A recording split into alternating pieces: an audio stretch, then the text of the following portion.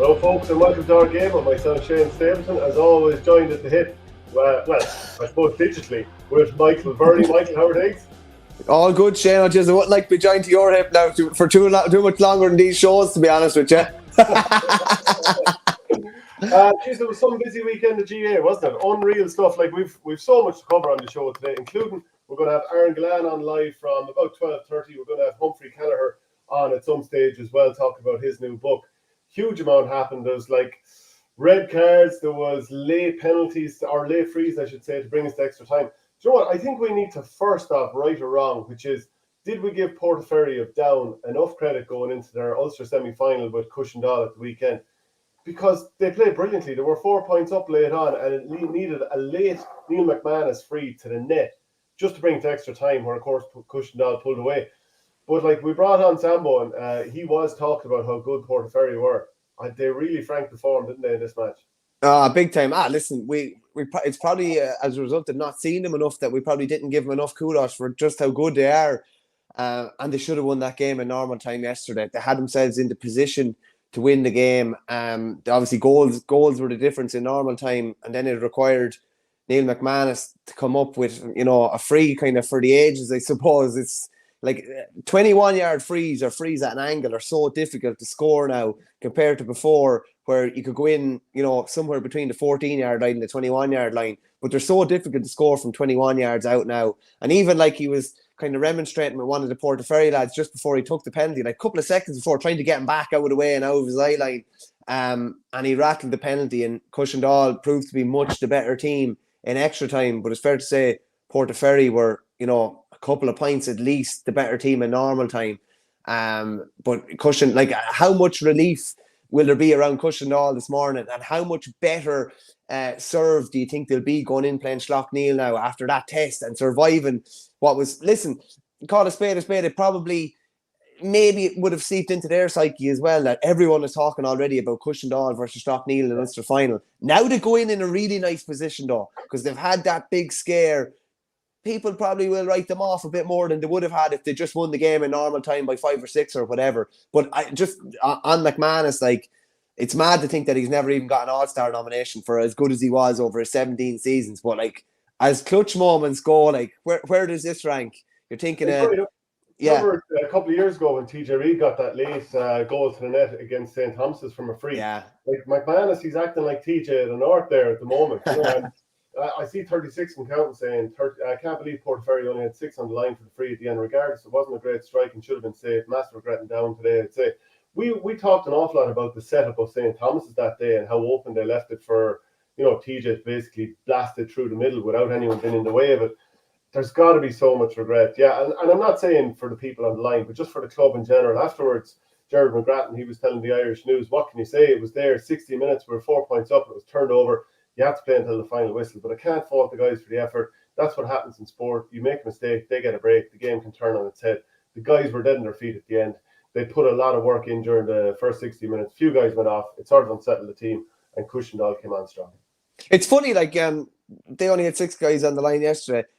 Clare had, I'm going to say, 12 on the line in the All-Ireland final replay against Nash, and they all had goalie hurls in their hands, big frying pans, and they still couldn't stop the ball. Yeah. So, like, you know what I mean? The one with Thomas's, Gerald Kelly went out the front.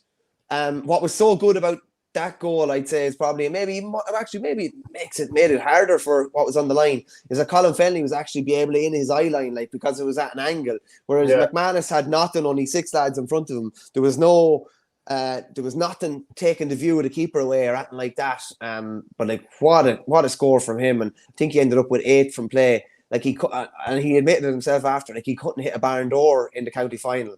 I think he'd something like 9 wides, and yesterday he was just really on form. He said he won a load of ball in the county final, but he just couldn't put it over the bar.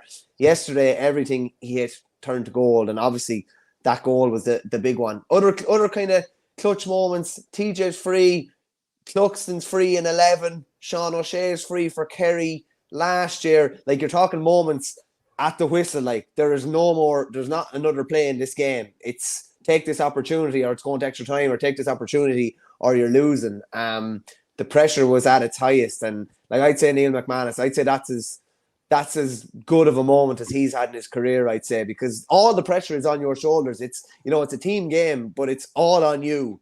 And he delivered it. What a moment, what a reaction. And even just the place is going absolutely mad. That game was probably a bit off Broadway in that, you know, it wasn't been broadcast on Clubber or it wasn't on TG4 or whatever, but there was still, it's great that there's footage of that game surfacing after, and just a great interview with Neil McManus and BBC Sport after. Yeah, they're happy men this morning. Relieved men, I'd say, but happy men. Yeah, and you know what? It makes us ask, who are the best players in Ulster? So, Neil McManus is certainly up there for a long, long time.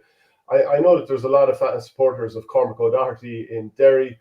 Brendan Rodgers, of course, imagine if he was, you know, full-time hurling, maybe he should have got Footballer of the Year the other day. We'll talk about that a little bit later on. James McNaughton, I'm a huge fan of. We know that Sambo was talking the other day about Paddy Burke, yeah. Ger Walsh then as well, tasty player in defence. Sean Elliott, you know, even like Shane McGuigan's a very good hurler. Owen Campbell as well. Keelan Malloy, Conal Cunning. Like there's a fair whack of them now. Yeah, there certainly is. After the game, the Cushendall manager Brian Delargy, he said there's no better man than McManus to stand over that sort of free. He's done it many times over the year for Cushendall and for Antrim. He is a super hurler. I'd rather have him standing over the free than anybody else. It's unbelievable the condition he's in to put in that performance. He's really pushed us over the line with a few other boys who really stood up. But Neil's our captain, he's our leader, and he led by example. You have to credit to Joey McLaughlin, who's a player that all year has stepped up in terms of, like, he's a young lad coming through. He hit 2-5. On the other side, Niall Milligan scored a couple of goals. Owen Sands 1-2. Dahi Sands 4 points. Tom McGrattan scored 5 points also. They had a lot of players who really stepped up. It's a painful one for them. There's no doubt about it. It's hard to get away from that. It's going to be a very, very difficult one to take from a Portaferry point of view, because the opportunity was there. And it's funny, even when I know it's the same day, but when a game goes to extra time, like imagine the relief from a Cushendall point of view. And you can just, real good players and real good teams are able to park what's gone before and see the new opportunity that's in front of them.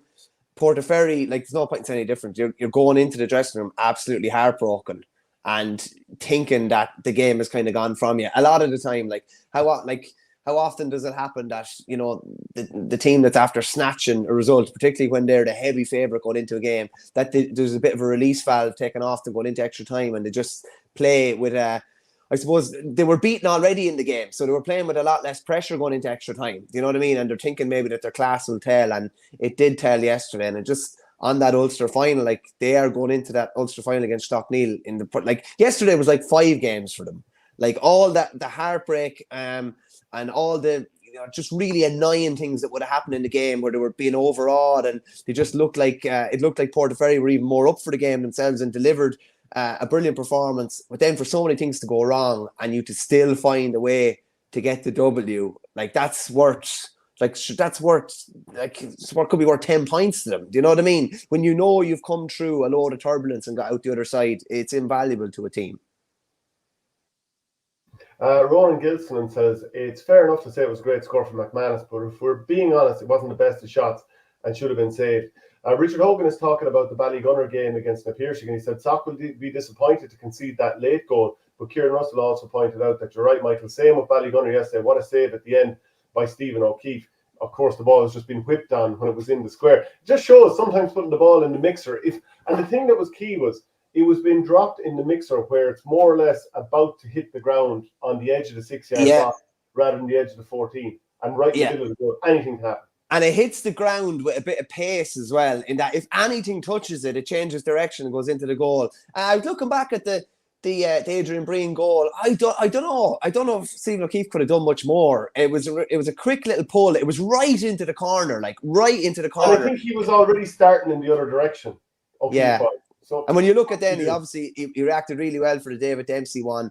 Like yesterday, I think Stephen O'Keefe gave an exhibition. Like the one he pulled down from the crossbar with his hand, the one he pulled down, like, I'd love to get a good angle of it behind the goals and side on just to see, because it definitely looked debatable. But the hurl is fully stretched. He's probably at about, 10, 11 feet, I'd say. And just to have that, like, they have to be well over the bar or he will pluck them down, and he'll pluck them down at will. Like, he's saving them a couple of points a game in most games just with that alone. And we'll probably get into that game a bit more later, but it probably wasn't the epic that we saw last year. But Jesus, there was still a fair whack of intrigue to it too. I love some of the 𝘰𝘃 tactics. They probably just weren't able to pull off, just execution-wise, they probably weren't able to pull off a lot of things, but they got themselves in great positions. One Trick Pony says, as a Limerick fan, I'm happy that the 𝘰𝘃 are out. I suppose he's thinking from the point of view that means that John Kiely has all his players together now. Give it the 𝘰𝘃 lads a few weeks off. I suppose it gives 𝘕𝘂 a chance to sort of more slowly build himself back up, because he's not too long back from injury and he just has a full deck to choose from. And also, actually, from Drum and Atlaka are out as well, which means David Reedy, he can kind of hang up the hurley for a few weeks also. Yeah, listen, I'd say Kilkenny people are delighted that Ballyhale are out from that respect as well, and that maybe TJ will go on hibernate for a couple of months and then come back, and maybe to a lesser extent the same with Owen Cody and Adrian Mullen and a few others who've had the last couple of years has just been bang, bang, bang. So from a greedy, selfish point of view, I'd say there are Limerick and Kilkenny fans are probably pretty happy. And obviously the players would have loved to go deep into the club championship again, but they'll probably start next season with a new lease of life. And from a manager's point of view, you're thinking, okay, they're going to get most of the pre-season done here. They're going to have a chance to do something. Like if the Ballyhale lads, when was the last time them boys did a pre-season with Kilkenny? Like realistically, what are we looking at? COVID times, maybe, even like, and that was obviously kind of a very, very strange year. So they'll get a chance to do an awful lot of prep work and kind of prehab work that they maybe normally wouldn't, and maybe that'll mean they're a bit fresher come July. Maybe it's the same within the 𝘰𝘃 lads as well. I thought at times yesterday, just looking at Will O'Donoghue, that he was still carrying a small bit of a knock, just even running out after half time. I thought he was carrying his leg a small bit. We'll probably go into that game in a bit more detail in a while, but yeah, it was a fascinating weekend. Okay, well look, delighted to say now we have the new hurler of the year, Aaron Gillane, on the line. Aaron, how are things? You've had a busy weekend. Not too bad now, lads. How are you getting on? Good. We were just saying, Friday you were named hurler of the year for the first time. Saturday, your girlfriend, she was up at the awards for the ladies football, and then Sunday you're kicking soccer for Creeve Celtic and scored a goal. So it's been all happening for you. Yeah, long weekend. It was enjoyable anyway. It's a bit of crack coming back playing the soccer, so it was grand to get a bit of a run around. I think I played maybe the last 25 or 30 minutes, so that was enough for me on Sunday. But no, it was grand to get back out in the field and do a bit of something. What was your goal like? Was it a scruffy one, or are we talking top corner? Oh, it was a toe poke into the bottom corner. We'll take that. Michael, do you want to jump in? Yeah, Aaron, would you have played much soccer growing up? And you boys are very good at doing other things in your off season as well. 𝘱𝘁 scored a deadly goal, didn't he, last year, playing soccer for someone as well. Number one, would you have played much soccer growing up? And you kind of you're afforded a bit of latitude to do other things in the off season as well, outside of hurling by all accounts. Yeah, and look, that's important too. It's no harm to kind of change things up a bit. It keeps us fresh anyway. Growing up, I suppose I would have played a small bit. Yeah, I already started off playing here with the club in Partick Swell. Then played a small bit down the road in Mungret. That kind of all came to a halt then when you were 15 or 16. But no, I enjoyed the soccer now. I do like it, I must say. Were you?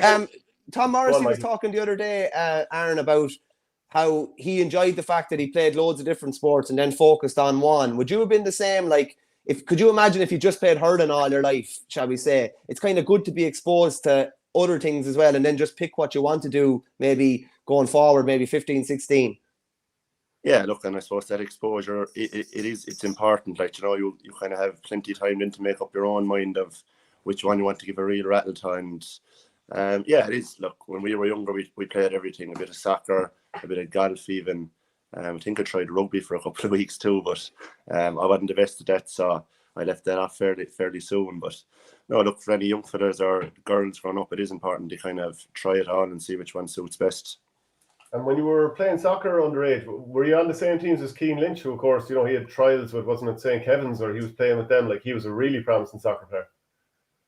I would have played 1 year with him in Mungret.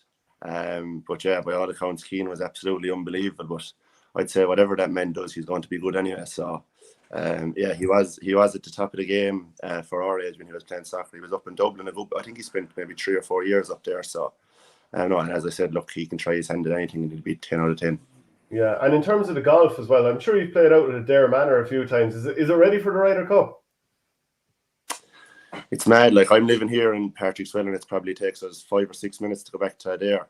And it's like being in a different country when you're back there. You know, it's out of this world. And yeah, look, we've been lucky enough to play there a couple of times, so we're very privileged, I suppose. Yeah. Can you tell us about your weekend, just the All-Stars, and the moment your name was read out? Was it shock? Was it, because, we kind of felt that you'd done enough to get one at this stage. Like, what was it like that moment? It was a bit surreal, to be honest. There's 2 dogs gone mad here now. Sorry, no, look, there was great excitement, I suppose, the couple of days leading up to it for myself, my family, and then when the name is actually kind of read out, you're like, Genie, this is real, like. But look, I suppose it's not something you would ever set out for at the start of the year. But then obviously, kind of when you're nominated.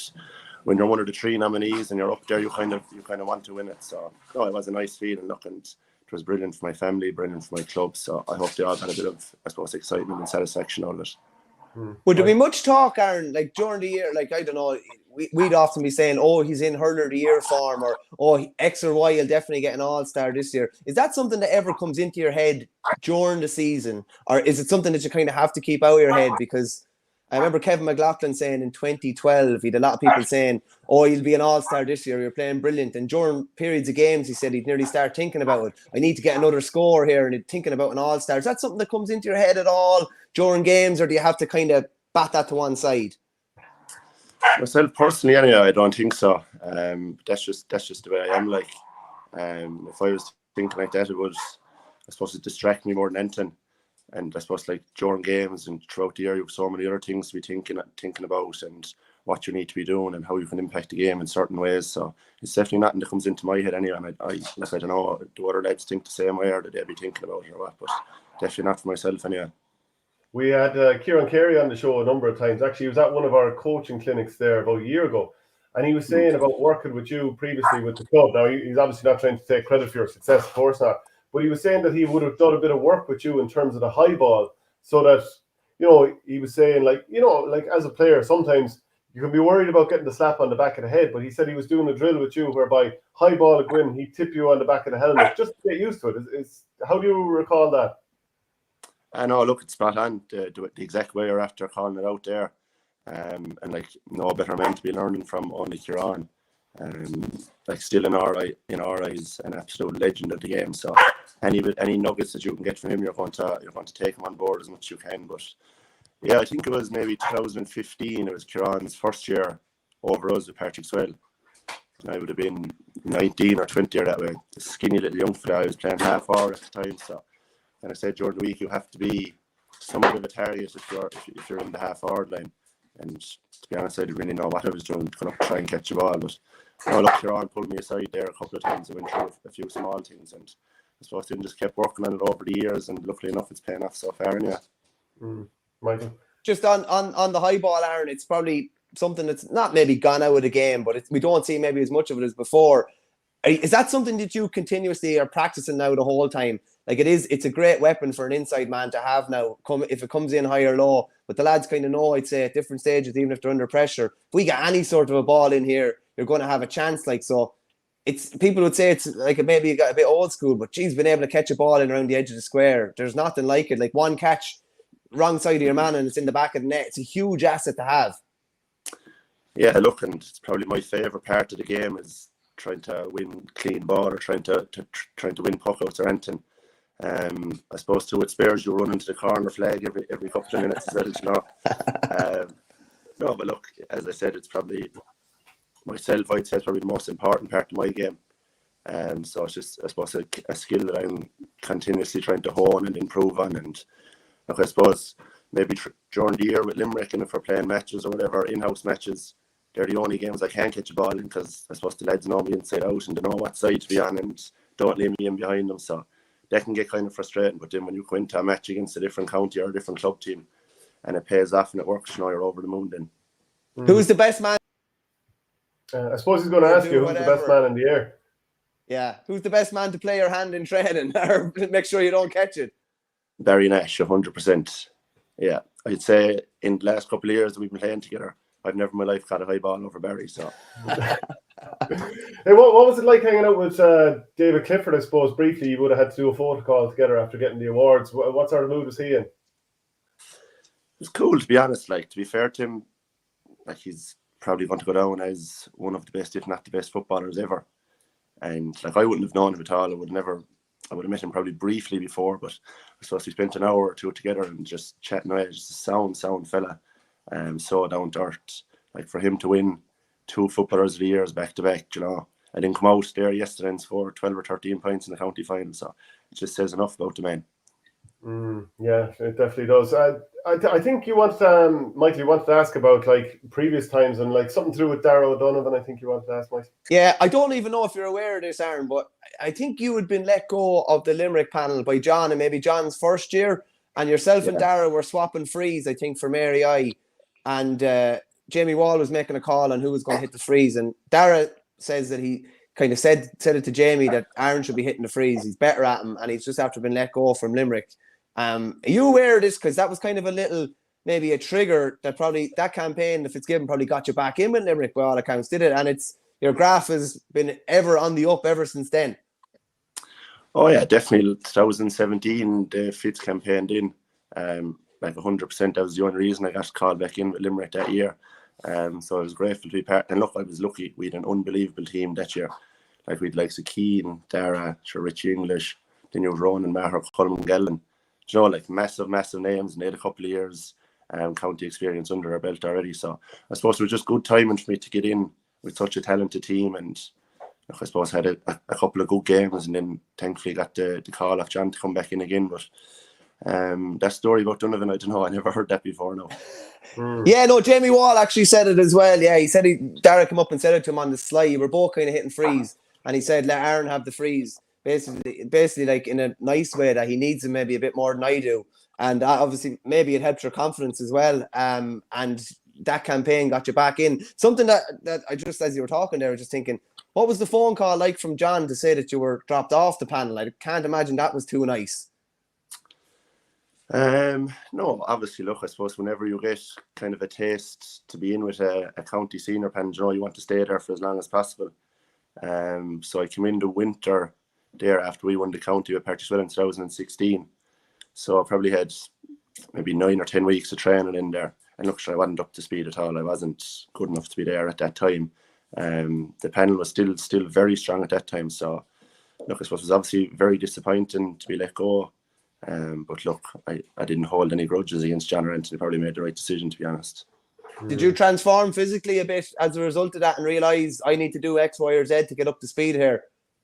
Oh, you had to, sure. And look, even again, going back to that campaign we had with Mary I, as I said, the names I listed off there, like they were all on county panels for a couple of years, and I suppose they've been exposed to proper strength and conditioning training and all that, and how they looked after themselves and the food they were eating and their recovery and all that goes with it. So just being able to see that firsthand, and you know, kind of a light go off in your head and say, right, this is what I need to do if I want to ever get there. So I suppose it was a good learning curve for me.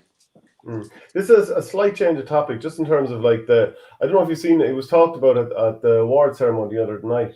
So the ring fencing of Larry Maher counties, where they won't have a league and they can't get promoted if they don't have more than maybe 5 adult hurling teams. I want to ask you, because obviously you're the new hurler of the year and whatever, and like lads deserve an opportunity to play hurling no matter where they are, and considering the pittance it would cost, it seems incredibly harsh that you cut these lads' season in half, really. Yeah, look, and I suppose I don't ever go into these things too much, but like off the top of my head, it's like my own opinion is definitely wrong. I know the teams in those divisions are probably not playing at the same standard as us, but like there's no doubting that they're training still 5 or 6 nights a week and working as hard as they can. So I don't know, I just can't see the sense in it, and you know, it's not a way to kind of to promote the game. You know, like we're all big GAA people. We love the hurling, the football. Like we want to see as many people playing, I suppose, the game that we love, and so I just don't think it just doesn't sit right, really. Yeah, for sure. And I suppose then, just I told you I was going to ask you about the matches yesterday. So Ballygunner beating 𝘕𝘗 for a finish like it was 1-9 to 16 points. This Ballygunner team's unbelievable. Like through that game, did you ever think that 𝘕𝘗 were going to be able to turn this around? sure, like they have it in them, to be fair to them. You know, we've seen it in the Limerick Championship so much over the last couple of years. So, like, you'd never write them off, to be fair to them. John, they are a brilliant team, and it was a tough one for us to lose against them a couple of weeks ago. But I suppose they were the better team on today, so they deserved it. But I suppose to touch on Ballygunner, like, they've been on the road a long, long time now, and I suppose they know their game plan inside out, and they're so well driven. So, you know, it is hard to kind of knock them off their perch as well. I remember we played them in 2019 in the Munster, I don't know, it was a quarter-final or semi-final. But we were, for a finish, like, we were now running around after shadows, like they were just zipping the ball around, and like just 10 out of 10 knew exactly what they were doing. Even the lads coming on, they just slotted in seamlessly. So, look, and I suppose, like, for any club team out there, I suppose that's the goal. Like, you want to kind of replicate what they're doing. I know that's obviously, it's very hard because they're on such a good run, but I suppose, like, to win with your club, it's massive, like, you know, and it's probably one of the best feelings I've ever had in my whole life. Those, like, we've only 2 county medals, so if we were to able to add another one, you know, it'd just be magical altogether. It's something hopefully we can do over the next couple of years.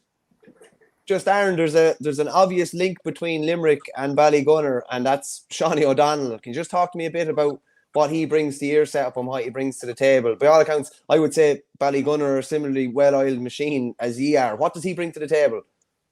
Look, and I've no doubt that Seanie has him well driven, and I suppose the best compliment you can kind of give Seanie is he keeps things so simple. Like, he doesn't complicate it for anyone, so then everyone's crystal clear on exactly what they have to go out in the field. So, no, look, he's just brilliant, and I suppose he's a huge weapon for any team to have. Any particular, like, nuggets maybe he would have given you? I remember Shane-O asking you in a show before, when did the penny drop about baiting the ball into the ground for goals? It took long enough now, mind you. I was getting enough views coming back to training after it. So, no, but look, I suppose, like, even growing up, like, I would have never ever played in the full forward line. So, like, 2018 was my first time ever playing inside the full forward line. So, like, I wouldn't have scored many goals, and I would have always played kind of half forward line mainly. Like, I wouldn't have been scoring many goals out there. So I suppose when I came into the full forward line, it was kind of a new aspect of your game that you kind of had to work on. And look, it took me a bit longer than others now. I was going for the top corner the whole time. But like the soccer yesterday, into the bottom corner is grand. As long as they hit the net or cross the line, that's all that matters, really. It doesn't have to be spectacular. No. So, one thing I wanted to ask you was, you know, Nicky Quaid's obviously a brilliant goalkeeper for Limerick, and we don't want to rule your brother out of the conversation because he's been brilliant for Patrick as well. But do you think Shane Dowling has an opportunity to come into the reckoning as an inter-county goalie? He's done very well for an Pearshig. Made some great saves yesterday again. He has done well, yeah. And I suppose, like, he'd have to drop the Sunday game, though. Like Shane, he knows the game inside out, to be fair. I think that's kind of important for goalies these days. Like, they have to kind of control the game at certain times. If the other team are hitting a purple patch, the goalie kind of has the ability to slow it down a bit. And Shane has all that. Definitely, look, he is good enough, 100%. Thankfully, I'm not picking any panels or any teams of who's coming in or anything like that, because, like, even the rest of Limerick, like, there's loads of hurlers. Like, and I suppose that they are putting their hands up, and I'd say that they're looking at the success over the last couple of years and thinking, Jeannie, do you know what, I might want a bit of this. So, like, there's probably 10 or 15 lads that really stood out in the senior championship this year. So, look, there's anyone's game, really. Yeah, and I was said to Michael before about, you know, Cathal O'Neill is someone who come to mind there when you talk about excellent players, and he said to bide his time. And with the UCD fresher team we had a couple of years ago, like, he just went to town and destroyed us. Like, how good is this lad? Like, I'd say the GPS is broken with him. He's brilliant, to be fair to him. Technically, absolutely unbelievable. I have him up there technically with, I'd say, the same skill set as Keane, to be honest. And the work that man puts on off the field, like, just to get himself in perfect condition. He's probably one of the fittest lads there. He's probably one of the biggest and strongest lads there now as well. Obviously, he is the hurling, the whole place knows that. So I have no doubt that Cahill's going to be kind of champing at the bit to get on the team and start more regularly, you know. But look, he's still having a massive impact on the team, whether that's starting or coming on, and I think he's happy to do that. And look, we're just delighted to have Cahill in our panel anyway. Would you have had an opportunity to watch the Killadang and Clonlara game yesterday? I know you were playing soccer, so maybe you missed some of it. I actually didn't, because Roisin she's playing Camogie at Newcastle West, and they were playing the Munster Club semi-final against Sarsfield. So I had to watch that one, or else I'd be in trouble. And how did that go? What do you like watching on? Like, are you the nervous sort watching on? Not really, no, sure. Like, you can't impact the game when you're only watching on, so just try and chill out. No point getting too worked out over it, or too worked up over it, sorry. I'd say every night of the week he must be out between her playing and you playing. Yeah, it's tough going now, especially when the county season kind of kicks off again, you know. But we got 2 dogs there a couple of months ago, so it's kind of tough work now if I'm training on a Monday and she's at home with them by herself, or then she's gone on a Tuesday and I'm at home. It's like having 2 children. What type of dogs are Aaron? A cockapoo and a black Labrador. Lovely. I have a Shih Tzu lying down asleep here behind me. I'm just waiting for it to step back in here. Just quickly on Friday night, like, it's a remarkable thing Patrick Sweller after having 3 different hurler of the years in consecutive years and 4 hurler of the years in 6 years. Like, what's the kind of outpouring of emotion and celebration been like in the club? Like, I don't even know if that'll ever be done again. It's a remarkable thing, really. It is, yeah, and I suppose it's nice to be part of it, you know. It's like the people around Percival, they're just over the moon, like, and I suppose to be able to bring some sort of enjoyment to them, whether it's winning those awards between the 3 of us and bringing them back home, or whether it's winning Munster matches with Limerick or All Ireland, you know, and just the support we get off everyone around the village is just unbelievable. And so, like, I'm delighted I'm from Partickswell. It's an absolutely brilliant club and a brilliant place. Everyone gets on with each other, everyone supports each other, so I suppose just to be able to add to that positively, you know, it's special enough, to be honest. When you see what it means to the people of Partickswell and even the people of Limerick, you know, people often talk about, you know, oh, maybe the same hunger won't be there. Does that, like, kind of light a fire under you when you see what it means to people, even having conversations? I can't imagine the conversations lads are having with you, thanking you for this or that. Like, does that kind of, do you ever reflect on that and just think, Jesus, this is why I do it. This is the enjoyment, whatever about the enjoyment I'm getting, but the enjoyment I'm giving other people. Like, does that kind of light a fire under you even going into 2024? It does, of course, like, and I suppose if you can give kind of a small bit of happiness or positivity to anyone, you know, it's unbelievable. Like, even like my family, like my mother and father would go to the matches, but my nana kind of goes to the odd one and then she get nervous and stay at home. That's my 2 nanas. But just like coming up to matches like a week or 2 before matches, the excitement that they have, like, they think about nothing else, whereas we'd be trying to think about anything else other than the match, you know. Yeah. Anytime you meet them, then you're getting the same questions, you know. But no, it's nice, the excitement, and then when you win, like, they're thrilled and just over the moon. So, no, look, and it's great to be able to experience all that with them. Can I ask you about, you know, playing as an inside forward and, you know, adapting to life in there? Because you said you were a half forward a lot earlier on in your career. Like, there was a video last year of Conor Cleary and you kind of more or less doing circles around the square or whatever. Is there any advice that you would give a young forward who's looking to sort of improve their game as an inside man?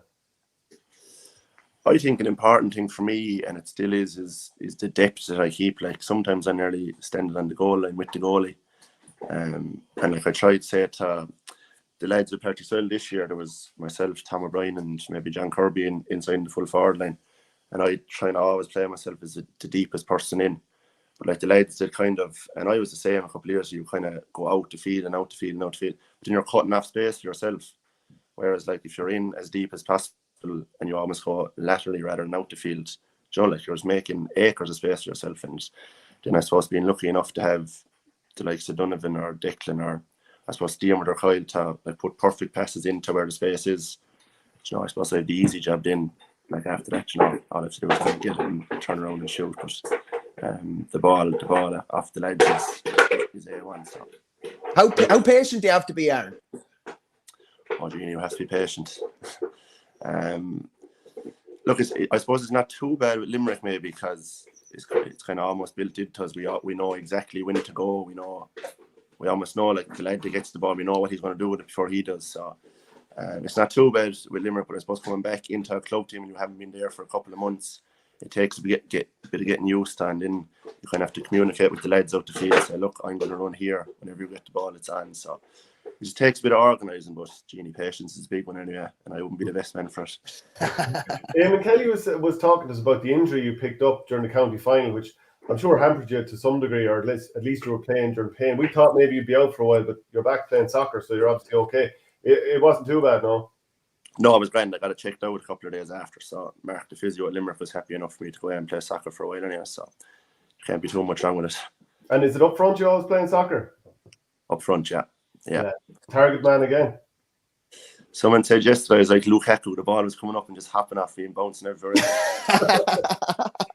Hey, come here, Aaron. With a question in there about the size of your hurl. What size hurl are we talking? It's a spoon, Michael. It's not a hurley. It's kind of like a spoon. All right. What size are we talking, and what's the reasoning behind the height of it? I actually don't think it's that short, to be honest. I was always using a 33 up till this year. And I actually broke 2 of my hurleys in training one night.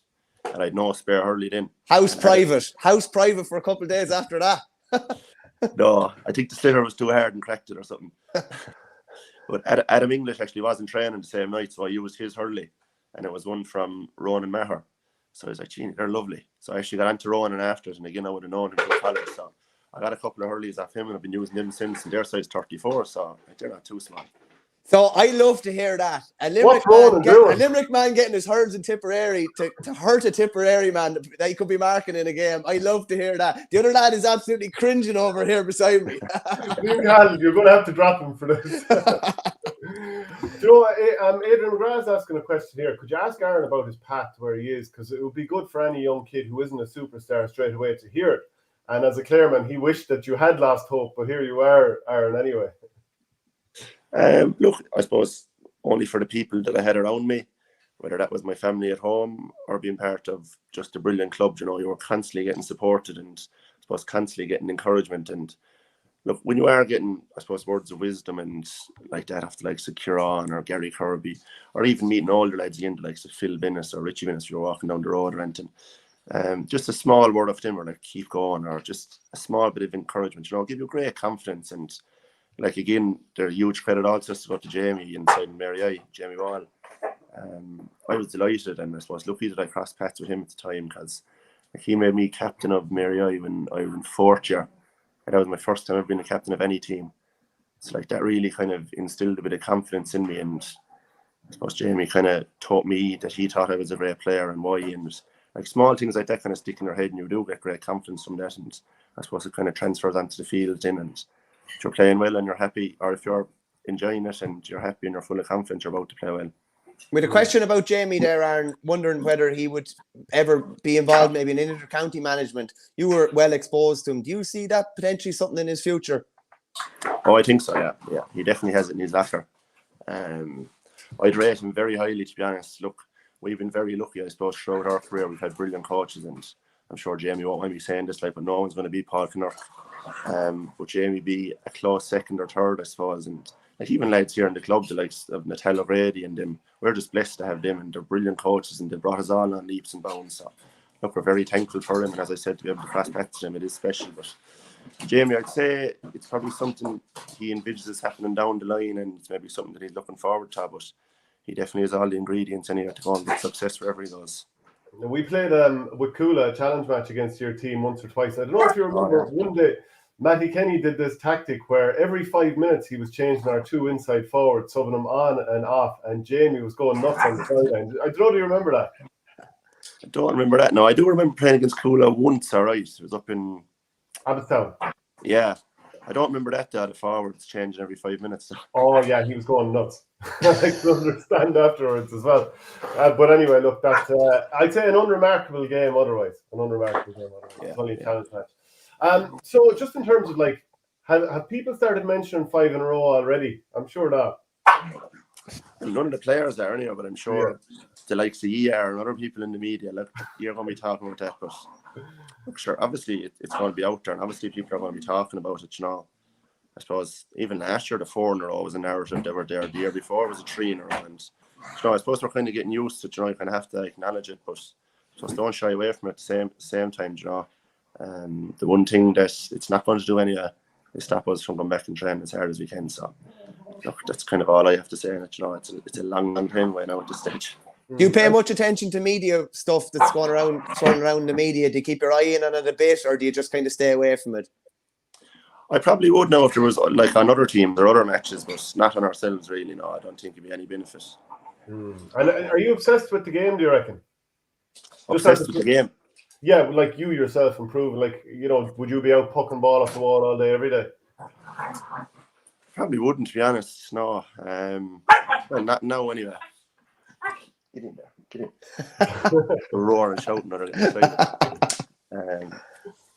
No, like I suppose like when you're training 5 or 6 nights a week, you're getting enough hurling in there, and the other 1 or 2 days you're at home, you kind of want to be relaxing and recovering. So maybe over the next couple of weeks now, I probably won't touch a hurley till maybe a week or two before we go back. But I suppose it is nice to get that, I suppose, the freedom from it and come back fresh then.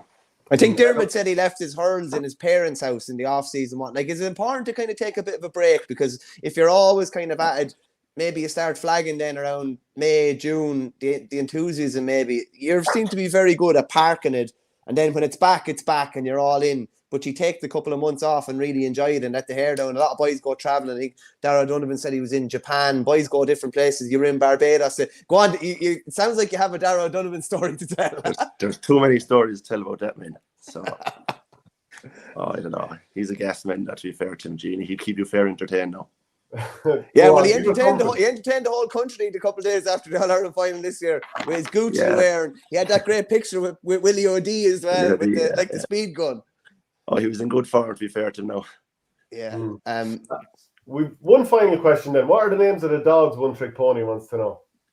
So Bruno's the Labrador and Archie's the Cockapoo. Very good, very good. Well, look, Aaron, you've been absolutely brilliant with your time. We enjoyed the chat. Hope you did too. And best of luck with the season ahead, except against Tipperary, obviously. That as well. Cheers, Aaron. Good man. See you later. Thanks, Emil. Good man. Okay, great to have the 2023 Hurler of the Year on the show.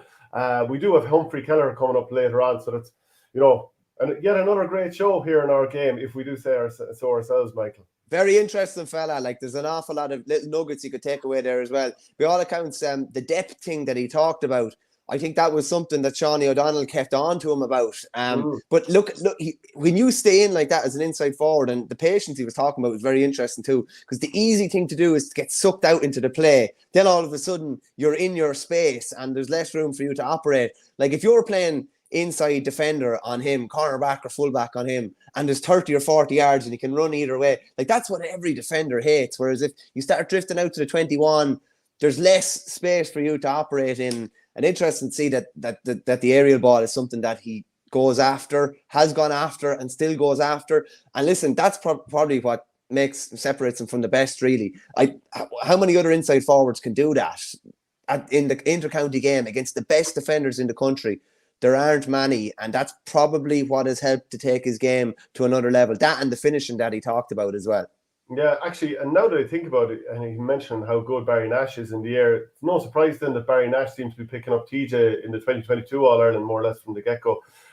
We should talk a little bit more about Ballygunner pulling away from the Piercing in the Munster semi-final yesterday.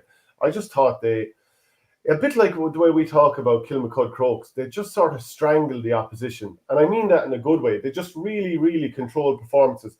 Hurling is maybe at its most exciting when, it's blood and thunder all the time. But they have that sort of controlled chaos, as in they work like demons. They're able to go at you and all that kind of stuff, but they're used to the ball, the way they kind of move you around the pitch. I just thought, like, Napiershik made a great run towards the end, got that one goal, nearly got a second one. But Ballygunner, like, for the most part, they were just terrific. They were brilliant, yeah. Like, there was a couple of things. Napiershik really went with aggressive presses, particularly on the puck out. Like, that was a really fascinating one where they pressed O'Keefe and he put the ball over the top. And I think Peter Casey was a tiny bit over eager on Paddy Levy. Did you? I thought it.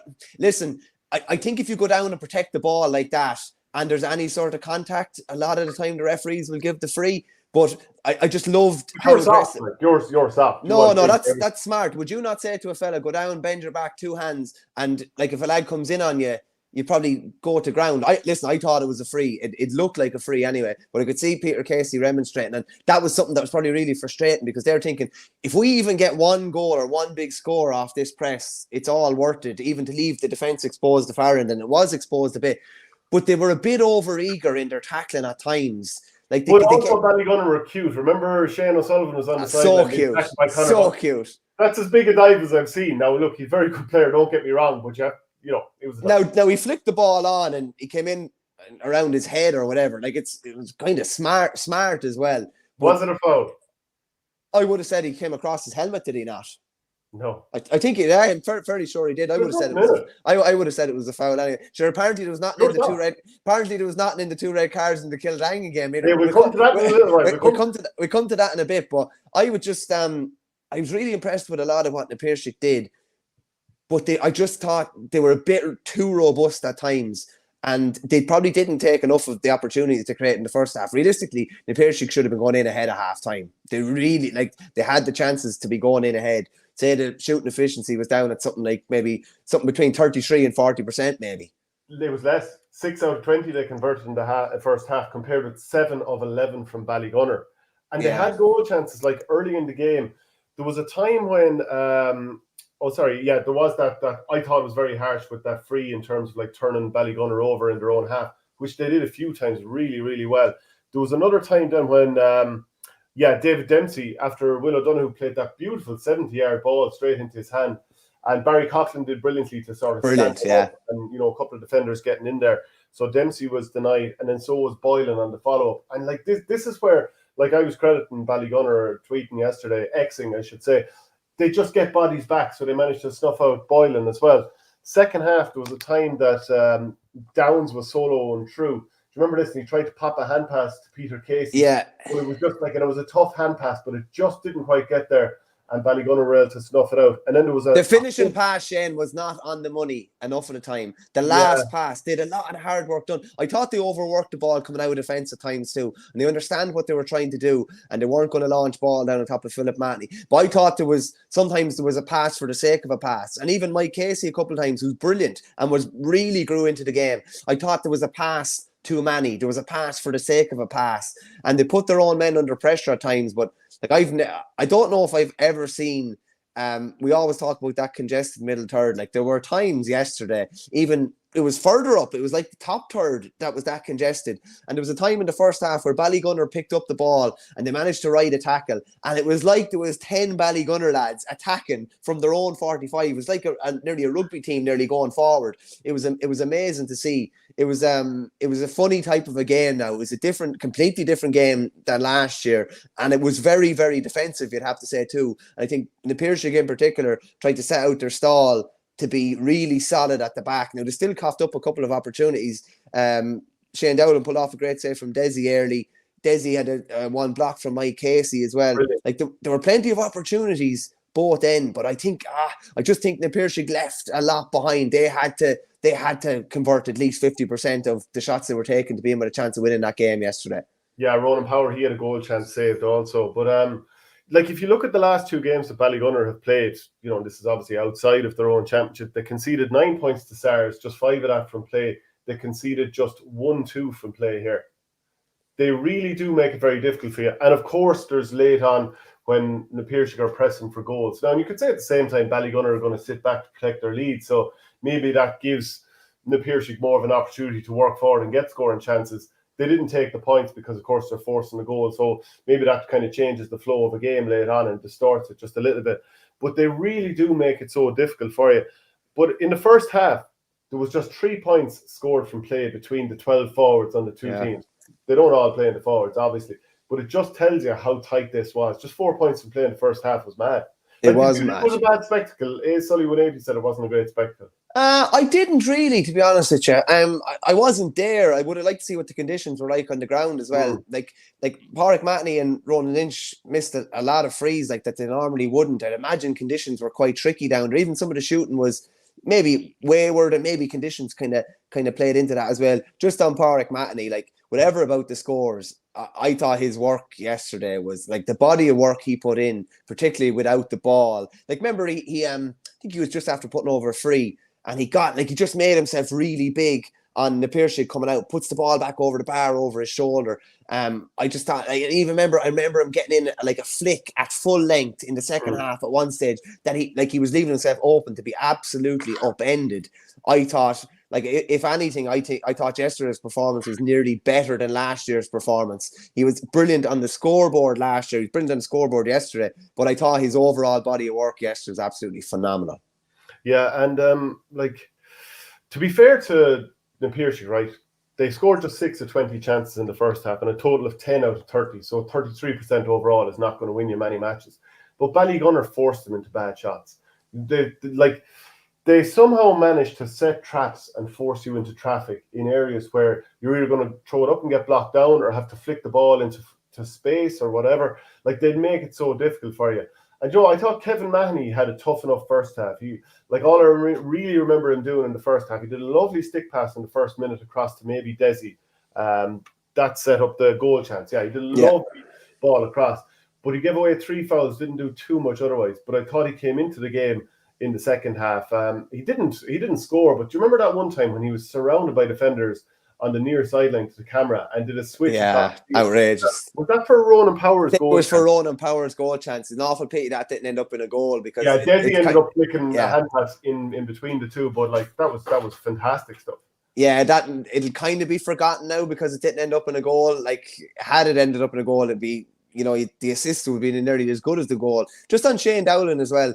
Like, for a guy that hasn't played in goals, like, wherever about the puck outs, I thought his shot stopping was outstanding. Like, he pulled off 2 brilliant saves. I thought his puck outs in the first half were a clinic, I have to say. He was hitting and that's a lot to do with him. It's a lot to do with the guys that are receiving them as well. But they nearly all hit grass in the first half. Now, Ballygunner adapted really well in the second half. They didn't mind them hitting it short. Either that or Dowling had to put down. There was no grass in the second half. It was down on top of 6 or 7 lads a lot of the time. But like, I think 𝘧𝘀𝘀𝘀 could be disappointed, and Shane O'Neill will be too. Like, they're bigger players they didn't get enough from. And particularly, I'd say their county cohort, they probably just didn't get enough from them, really. Whereas if you're looking at, obviously, it's not their county cohort, but nearly all the big Ballygunner guys had big performances again. Whereas there was probably more in Peter Casey. Like Pádraig Mahoney, he was unbelievable. Well, I thought he was brilliant. Yeah. Paddy Levy's obviously in with the county as well. I thought he was unbelievably effective again. Yeah. And they pressed him every time he got the ball, and he brick flicked it out of trouble. He hit the ball once, kind of blind, which Ballyhale let him do last year, and I think 𝘧𝘀𝘀𝘀 picked up the ball. But like, if you're looking at the 𝘧𝘀𝘀𝘀 players, like, did they get enough out of Conor Boylan? Did they get enough out of Peter Casey? Did they get enough out of David Dempsey? I know Adrian Breen ended up at 1-1. They didn't get enough out of a lot. I thought 𝘕𝘂𝑑onoghue was very good on the ball in particular. Mike Casey had an outstanding second half, and it was like a thou shalt not pass in the second half.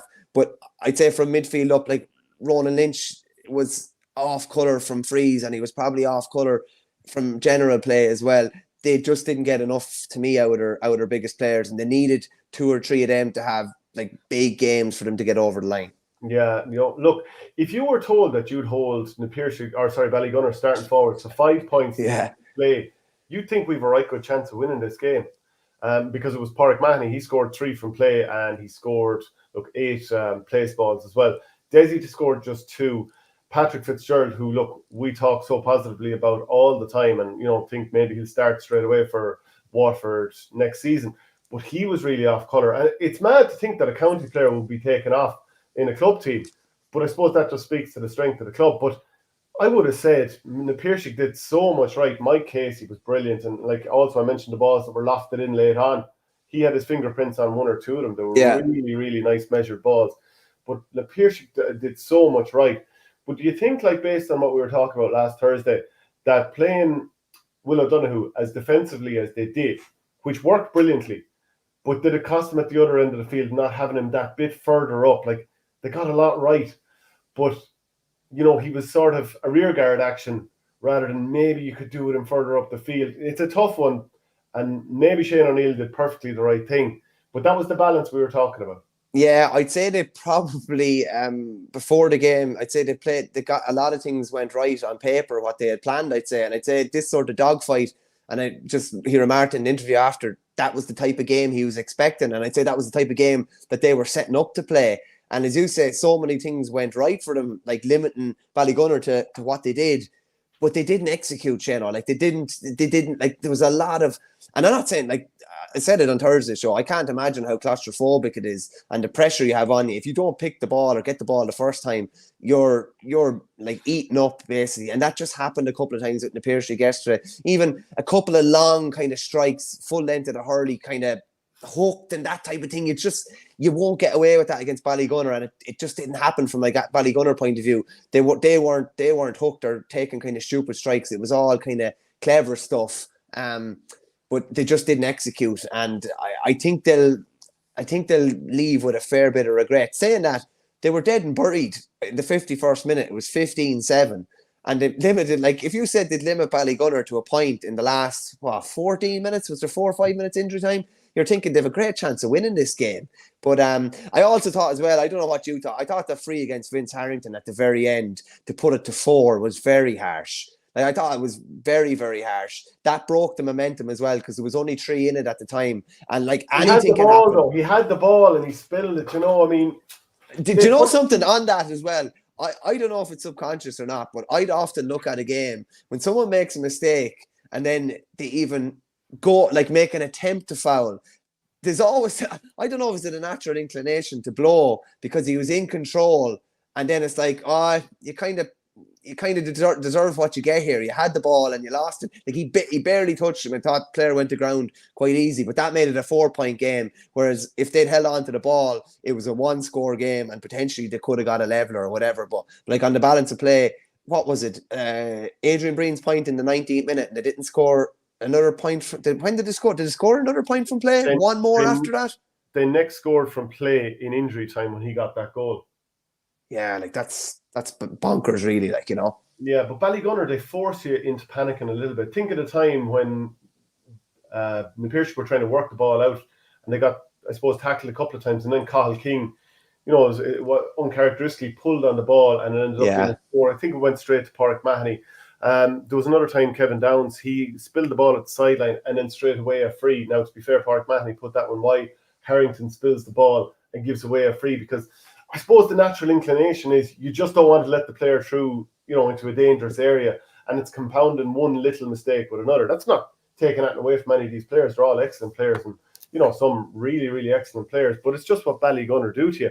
I actually thought yet another thing that Na Piarsaigh did very well is they didn't make a hero out of Philip Mahony in this game. Definitely not. Yeah. No, he did a couple of nice things later on, but look, they did so much right. But maybe they're just lacking a little bit in a couple of areas. Like, there was good performances across the board, but I suppose 1 or 2 players weren't able to, you know, kind of keep up with the level that Mike Casey and Will O'Donoghue were showing in that game. And, you know, unfortunately, Ballygunner don't really have any weak spots, and it's hard to punish them too much. I'd be worried. We're going to get into it now in a minute, but like, Ballygunner, so many things probably in a way didn't go right for them, or they were kind of held down in certain areas and certain players didn't catch fire.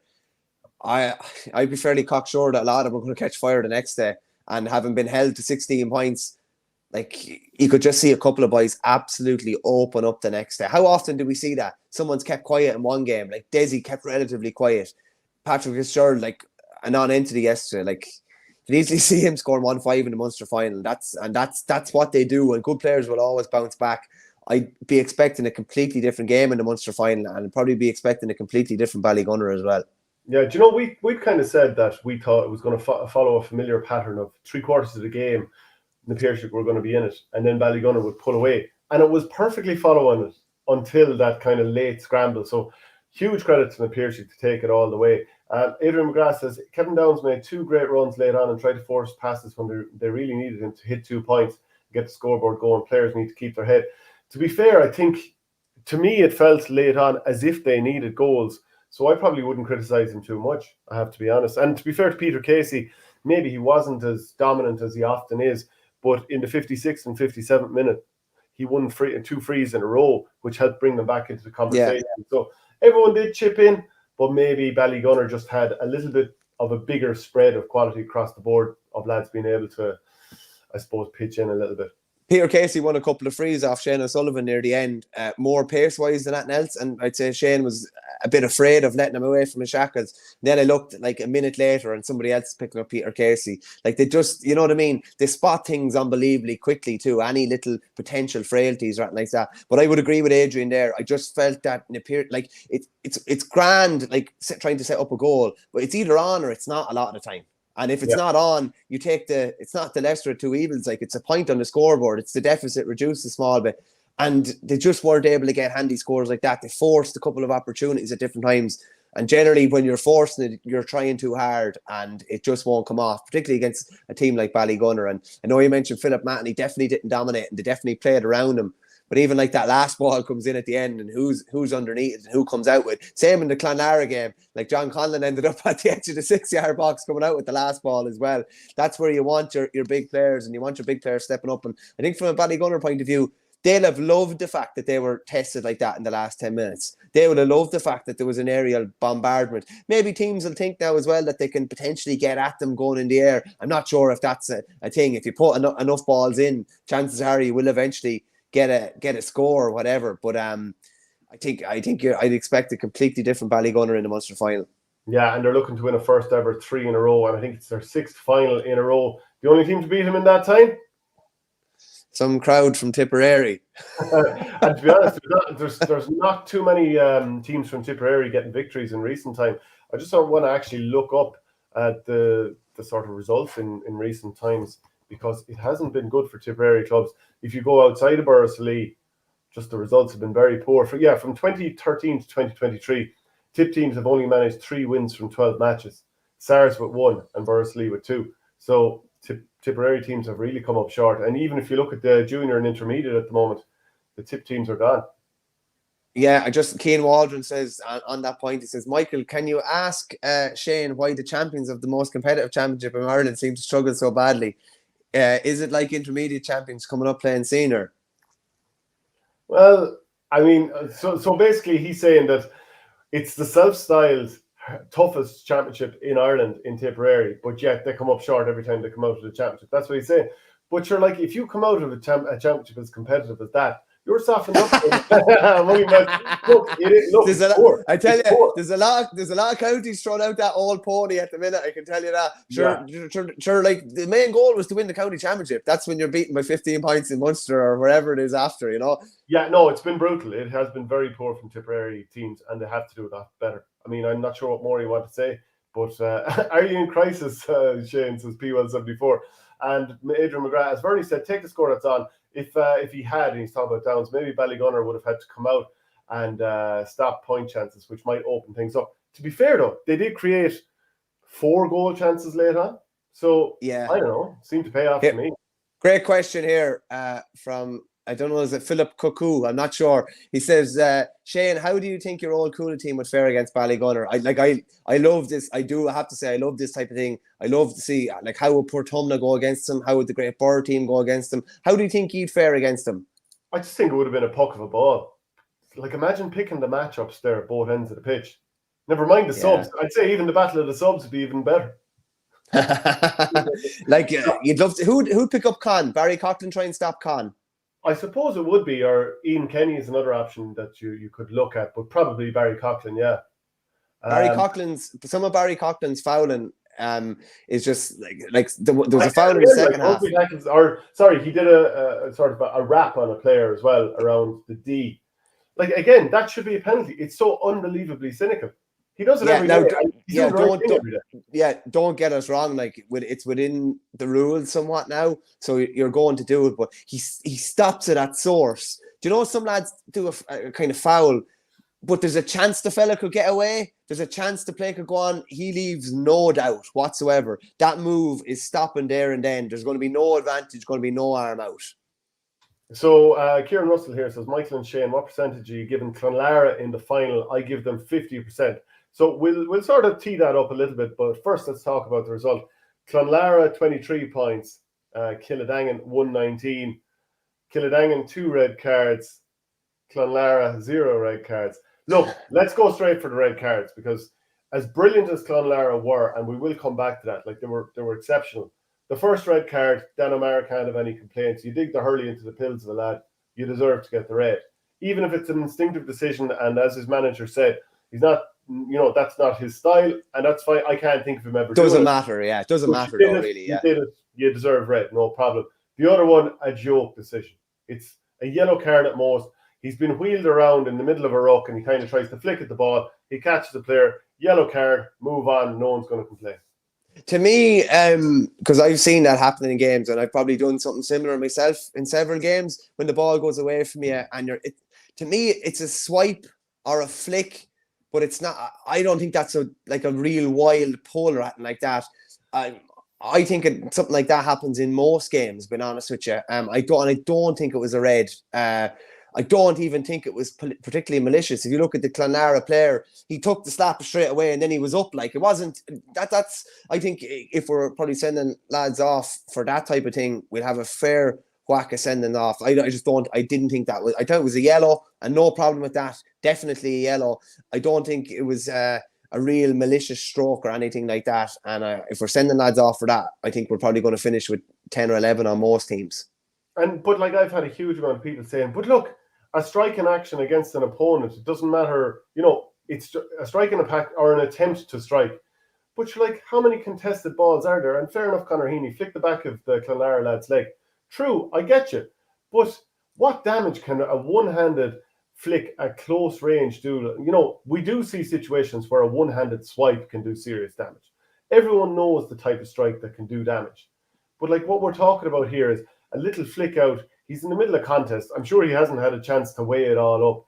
But what he has done there is not like he's pulled full force or anything like that. He's flicking out a ball on the ground. If you want to give a yellow, I wouldn't even bother with that. But if you want to, fair enough.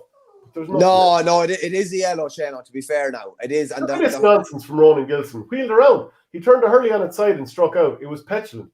I've never heard such nonsense. Now, the hurl was turned sideways, which... Yeah, but it's as if it premeditated sort of thing. Yeah, right. I kind of think if it hadn't happened where it happened, it wouldn't have been a red.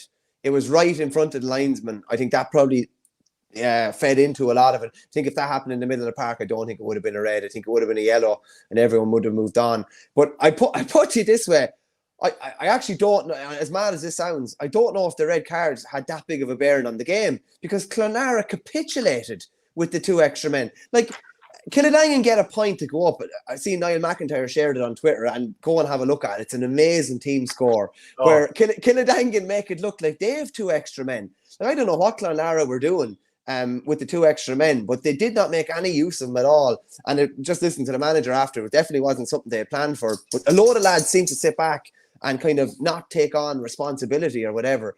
And Kildangan were better nearly with the 2 men off the pitch than they were with the one. But the only thing is they probably flagged physically at the very end because if I'm covering 10k in a game and we're all covering 10k, I have to cover 11 and a half now, and so do you. And we all have little add-ons because the 2 lads are off the pitch, and it probably did tell at the end. But I think Clonlara be relieved men coming out of Thurles yesterday because...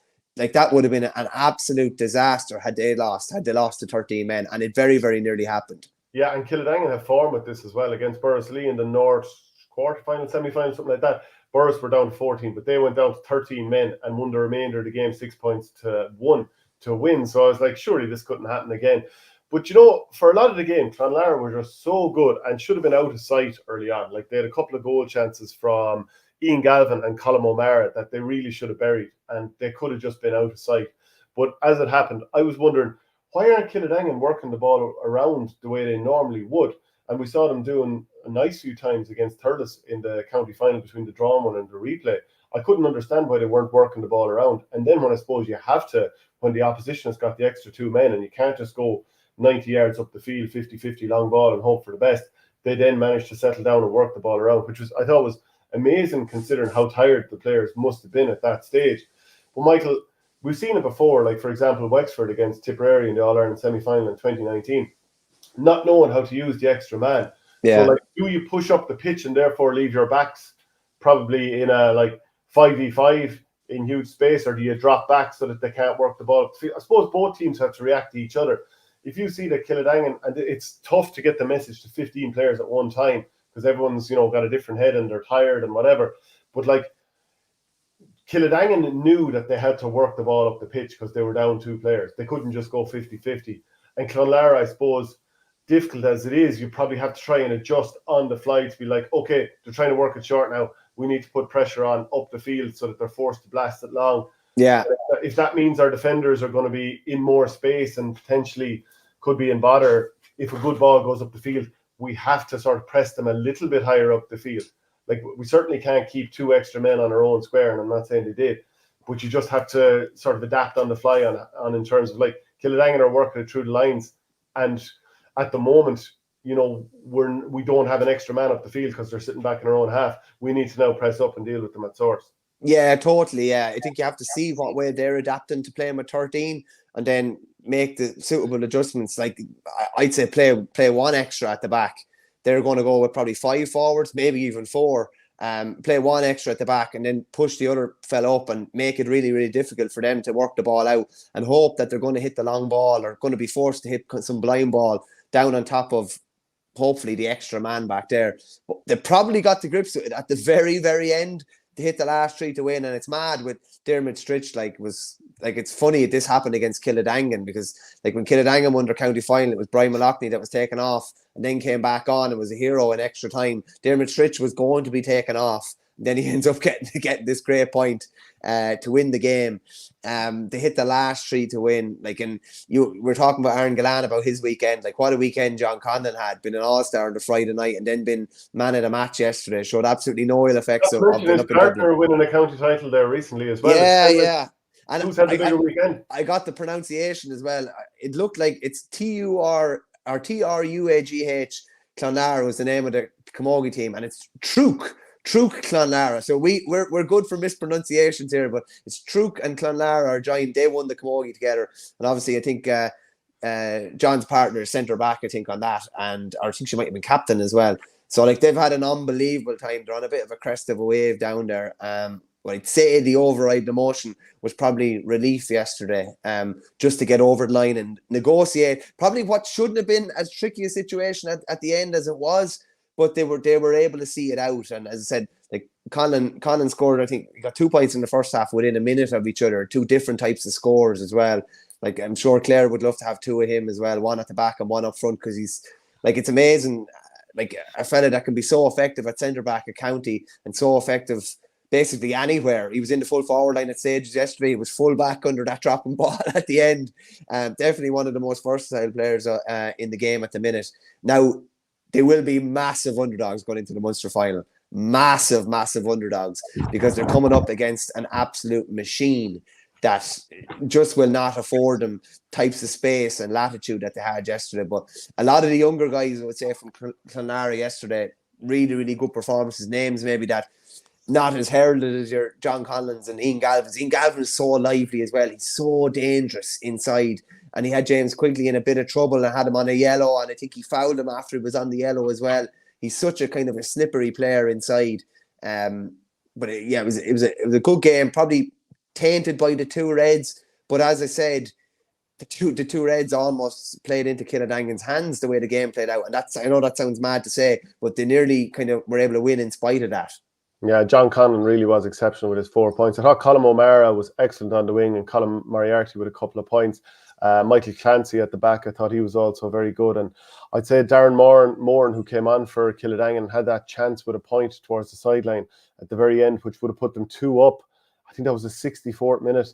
You know, that was a chance to kind of bury the game. But look, I mean, it's a tough one. He's only just on the field, and to be fair to Kildangan or to Clonlara, they found a way to get over the line. Delighted to say now we're joined by Humphrey Kelleher. Humphrey, how are things? Well, lads, I really have made it now when I got onto your show. I tell you, you're the number one. Well, we appreciate that. Humphrey, any thoughts on the club over the weekend? We want to talk about your book shortly, but first off, what did you make of the club stuff over the weekend? Well, I suppose the 2 best teams won. It's as simple as that. Kildangan really shot themselves in the foot by having the 2 men sent off. But I was very impressed with Ballygunner.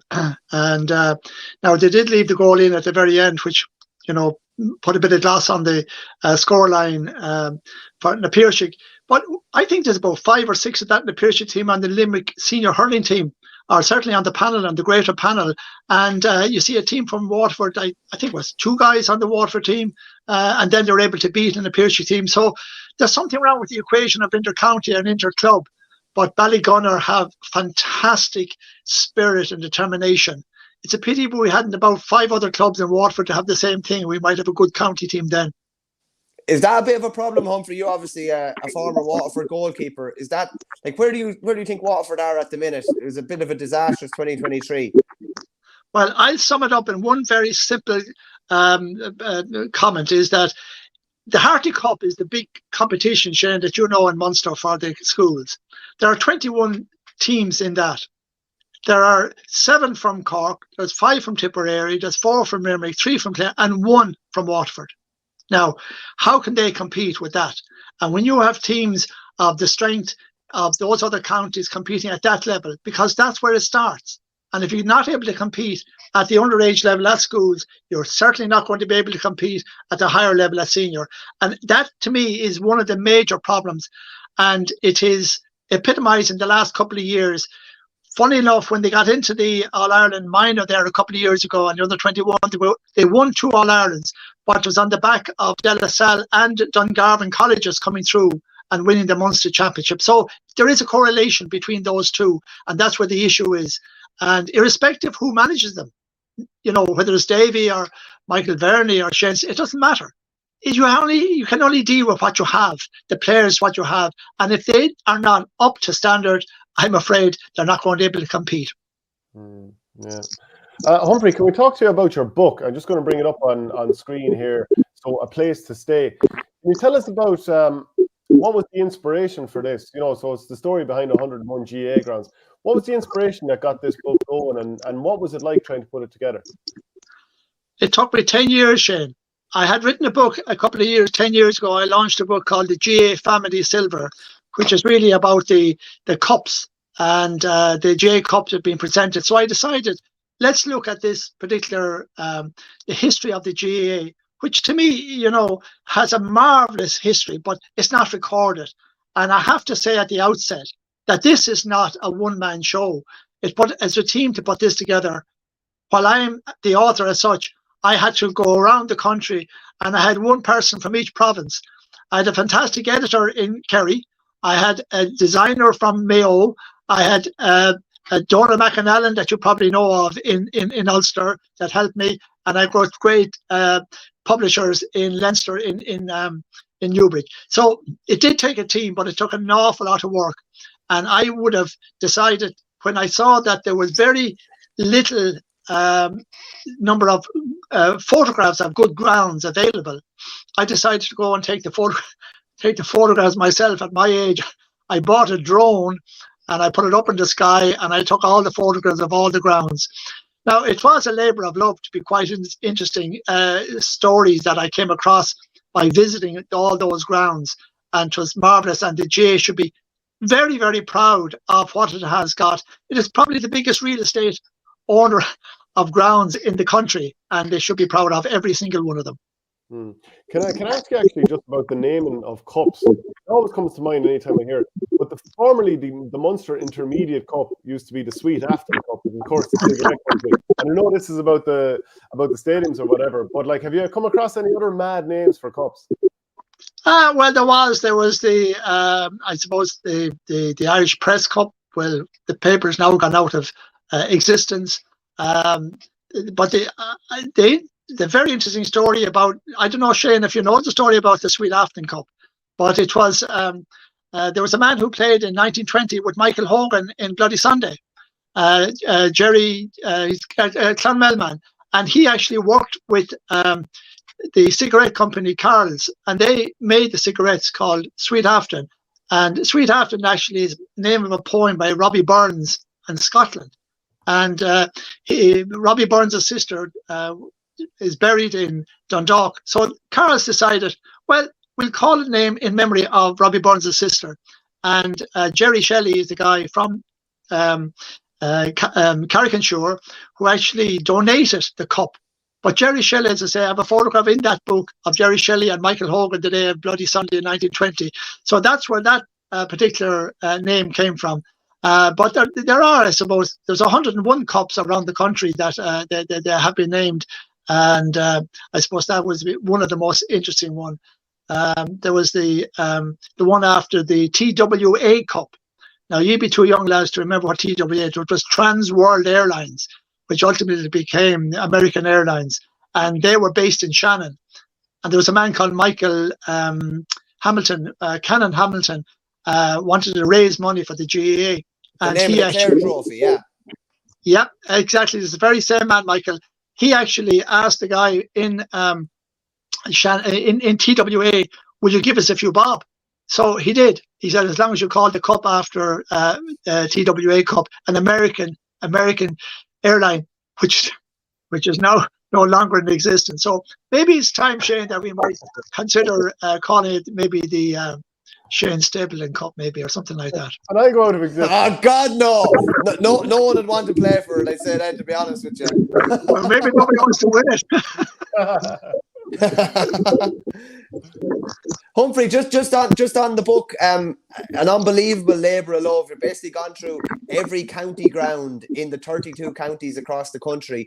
There must have been some good stories that cropped up along the way, talking to various people on the grounds. Anything in particular kind of stand out? There was lots of them, Michael, and it's interesting you should say that. And some of them made the book, and some of them didn't make the book. But there was one there in Kilkenny, in John Locke's, which is in Callan, and they were playing in the minor hurling final in Mullinavat, and the bus brought the team, and the people cycled all those days, Michael, back in the 50s, to these matches. And anyway, the cyclists, and when the band came to march into the Mullinavat pitch, there was about 20 guys in the band, but by the time they went through, there was about 60. And one of the stewards said to the other stewards, "God, that's one of the biggest bands I ever had." What happened is, when the lads took off the bikes, they put the pumps up to their mouths as if they were doing a whistle, and they were joined the band and got in that way. So that was one of the stories. But the name of the ground in Callan is John Locke, and John Locke's Park, lovely, lovely ground. But when President Reagan came to Ireland back in the 1984, John Locke was a poet, and he recited one of the poems by John Locke, which was very, very good. One of the grounds that I also went to was Bagenalstown in County Carlow, which was named I forget the name now. I'm sorry, Michael. Humphrey, you've that many names in your head, you cannot remember them all. But the ground actually was McGrath, Daniel McGrath Park. McGrath Park Memorial Park, it's called. But Daniel McGrath was a member of a family that three brothers came to Dublin. When it happened, when the tea company did very, very well, and what happened was that Daniel McGrath was one of the members of the family, and he died, but he never married. But he gave actually many £70,000 to the people in Bagenalstown. I don't know, three things would happen. That one of them would be the money would go to building a hall, which they did, the McGrath Memorial Hall, and then that they would build a sports ground for the people of Bagenalstown, and any person, a girl who was born in Bagenalstown and married in Bagenalstown, she got a dowry of £25 from the McGrath Memorial Fund. So that was another one. But one of the good ones was, I suppose, in I suppose there's loads of them there, but one of the ones was up in McHale Park in Castlebar, where there was during the war, there was 1940s, and the government said to the people, "Will you grow your own vegetables? Like, we're short of vegetables." So they gave them an allotment in the ground of Castlebar, right beside it, and so people were growing carrots and vegetables and potatoes and rhubarb, but what else? But didn't some of them decide to encroach onto the pitch? So half the sideline was full of carrots and parsnips that people were able to grow in the place. Now that caused a bit of a problem. And I suppose one other one was in Beacon in Mayo, where they have the dome. They have a marvelous dome up there now. Credit to John Prenty, but I put the drone up to take a photograph of a picture of the drone, and I didn't realise that behind the goal was a net, and the net, the drone got caught about 100 feet up in the net, and I had no way of getting it down. So that caused a bit of a problem. And the last one I'll tell you is about Coot Hill in Cavan, where I went up with the drone, and of course what happened was the local groundsman came up to us and said, are you all right, lads? That was the question, by the way, Michael, that everybody said to us when we arrived. Are you all right? As if to say, what in the name of Jesus are you doing here? But anyway, I put the drone up and I showed him what the drone was doing. And he said, God Almighty, he says, why didn't you tell me you were coming?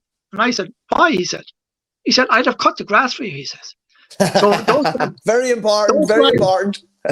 So those guys are very, very proud of their grounds. And you know that you have, I suppose, memorial to those grounds. Now, one of the best grounds, of course, in the country, most historic. And I have to say, I call it the ground of firsts. It's a place in Offaly. I don't know if you know, but it's called 𝘱𝘶. And 𝘱𝘶 was opened in 1928. And, you know, it was actually, the land was bought, Michael, for £400, which is hard to believe. But it has a number of firsts. The first All-Ireland final, as you know, was 1887 final, which was played on the 1st of April 1888, where Tip beat Galway by 1-1 to no score. It was the first ground ever to have Leinster minor hurling match played there in 1928 when Offaly played Laois. The first All-Ireland club final was played there between St. Rynagh's and Roscrea. And it also hosted an All-Ireland junior football final where Sligo beat Tipperary. But in my research, Michael, I came across, I couldn't believe it because I thought you were a relatively young man, but I saw in 1970 that you were the treasurer of the Offaly County Board. Is that right? I mean, I really thought you were a bit younger than you are now. I'd be very good with my figures, Humphrey. That's my granduncle Mick, who, funnily enough, the Offaly Senior B trophy is actually named after. So I played for our second team in the Senior B competition this year, and had we got to the final, Michael Verney would have been playing for the Michael Verney Cup. Unfortunately, it didn't happen. That would have been a nice touch. But yeah, there's some great history around St. Brendan's Park, and there's some great history around like all the grounds. I've looked through the book. I spent about an hour in Easton's one day going through it, Humphrey. It's the sort of thing, because there's 101 different stories, and within those stories, there's loads of different stories. It's the sort of thing you can pick up, read about Sligo today, and tomorrow pick it up, read about Cavan or whatever. There's a great breadth to it, and I'd say, like, it's not just the GA book, Humphrey. I'd say it's a social history book almost as well. I think you hit the nail on the head, Michael. It certainly is. And if you think back in the days when the GA was formed in 1884, I mean, it was very much, it was wound up in the Irish Republican movement. And as a consequence of that, they couldn't get anybody to give them land. And they were dependent very much on local farmers to give them a few bob or give them a pitch for a match. Now, whether they'd have it next week was questionable. So they were really going from Billy to Jack in a very, very difficult situation for them. And as a consequence of that, they couldn't really develop it. And because they didn't know where they were going to be next week.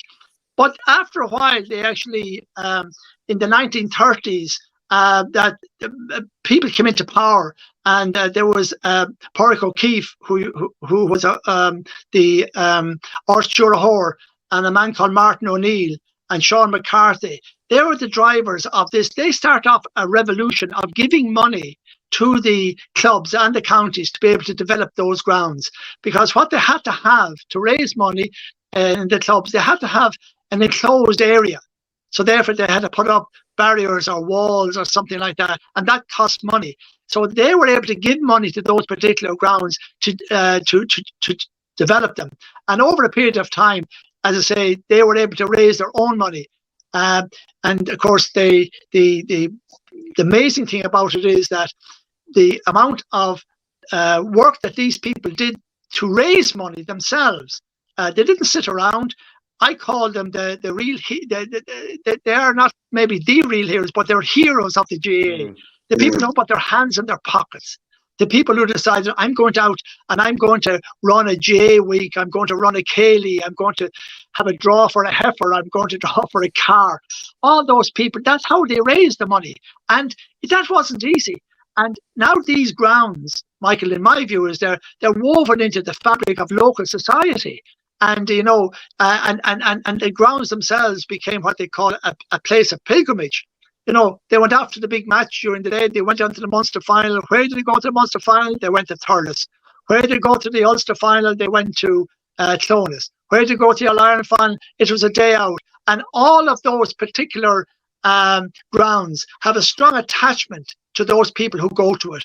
And the amount of stories that those people have told us, they dressed up in the morning, they went to Mass in their shirt, in their tie, in their hat, and off they went to the matches. And most of them cycled to games.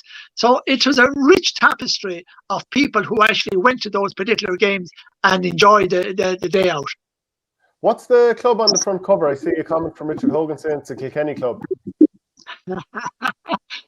That caused a bit of hassle with me and the publishers, Shane, because there is a lovely photograph of the ground in Killarney. Beautiful photograph of Killarney with the lakes and the mountains, and they wanted that on it. And I said, no, I wanted to put it in a ground that epitomises most of the grounds, and it is a Kilkenny ground. And I'm delighted to say it's in Freshford, Michael Kavanagh country. And that showed, I suppose, what most grounds are like. Like the big sexy grounds as Thurles and, Páirc Keefe and I suppose McHale Park and Croke Park. That's only a very, very small number of grounds. That ground in Freshford showed up to me. That's what it's all about. Yeah, I have a couple of friends that I heard with in Coola from Freshford saying Lacton, so I might as well tell them it's on the cover now because your home ground is a kip. That's what I'm going to tell them anyway. I know you're not saying that. Well, if you turn to the back page, I don't know if you have the back cover or not. You probably don't, but it's Parnell Park, so that showed up a medium-sized ground with a good surrounding area.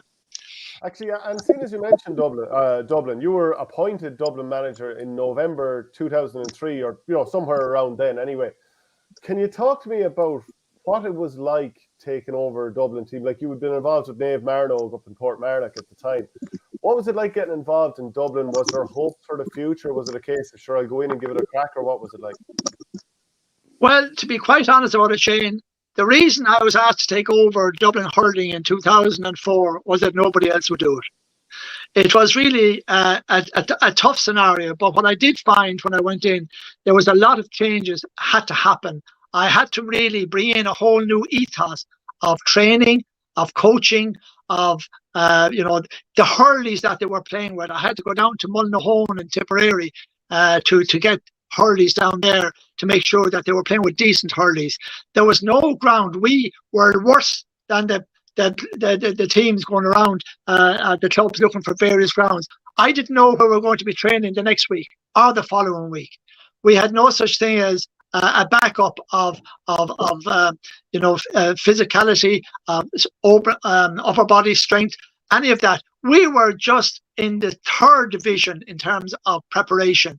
And I tried to bring in a new ethos of professionalism in that, and I put a team around me that included sports psychologists, as a strength and conditioning coach from Australia.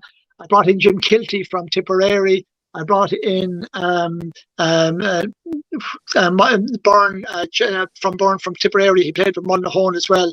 A great Kilkenny hurler. But it needed a little bit of a lift. However, the problem was that because it was starting from scratch, I brought in a lot of new lads. I'm proud to say that I brought in two guys who ultimately became all-stars, and that was Gary Maguire of Ballygunner and Alan McCrabb. Both of those went all-stars. But I would have told Dublin County Board at the time, listen, lads, this is going to be a long haul. But they didn't prepare for it, so they got rid of me 2 years later. But then, a couple of Anthony Daly came in, and Anthony did very, very well with them, in fairness, and the guys developed at that stage. But it does take a while. And any county that thinks that success is going to come overnight, they can forget about it. Were you surprised then to see the transfer of, I suppose, the power in Dublin hurling from the north side team? So it had been Crave, Kieran, maybe Na Fianna, and so on and so forth. That then, up until this year when Na Fianna won it, there was like a huge period from, was it 07 onwards, when it was just Southside teams only dominating? That is so right. God, Shane, you've done your research. It was 2006 was the last time that Crave Kieran won it. But I will give a little bit of a shout for the north side. This year in 2023, Na Fianna north side won the senior one. Craig Kieran won the Division 2. Neve Marnock won the Division 3. Finn Gallions won the Intermediate.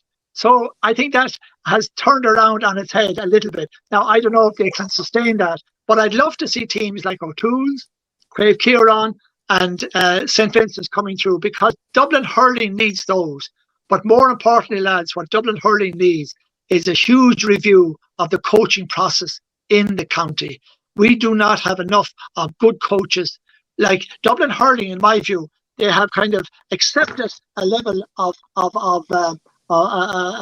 competence that is good enough really to win a Dublin championship, but to go outside it and win a Leinster championship, it is very, very a different story. So we need to be able to look across our coaching structures, definitely, to be able to compete at All-Ireland level.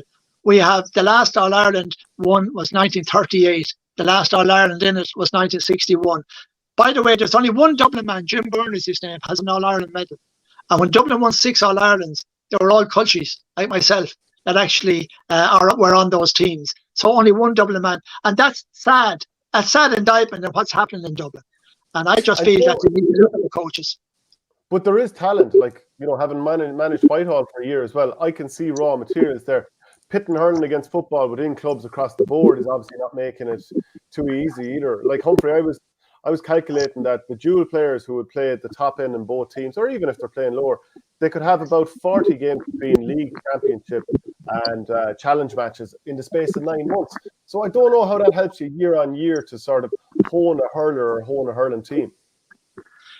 When you look at the differences between, say, the Clares and the Limericks and the Tipperaries against Dublin, what are the major factors that come out?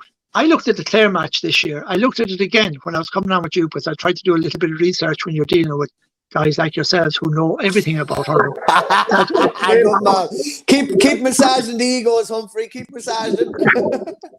I'm trying to send the bloody book, Mike. Good man.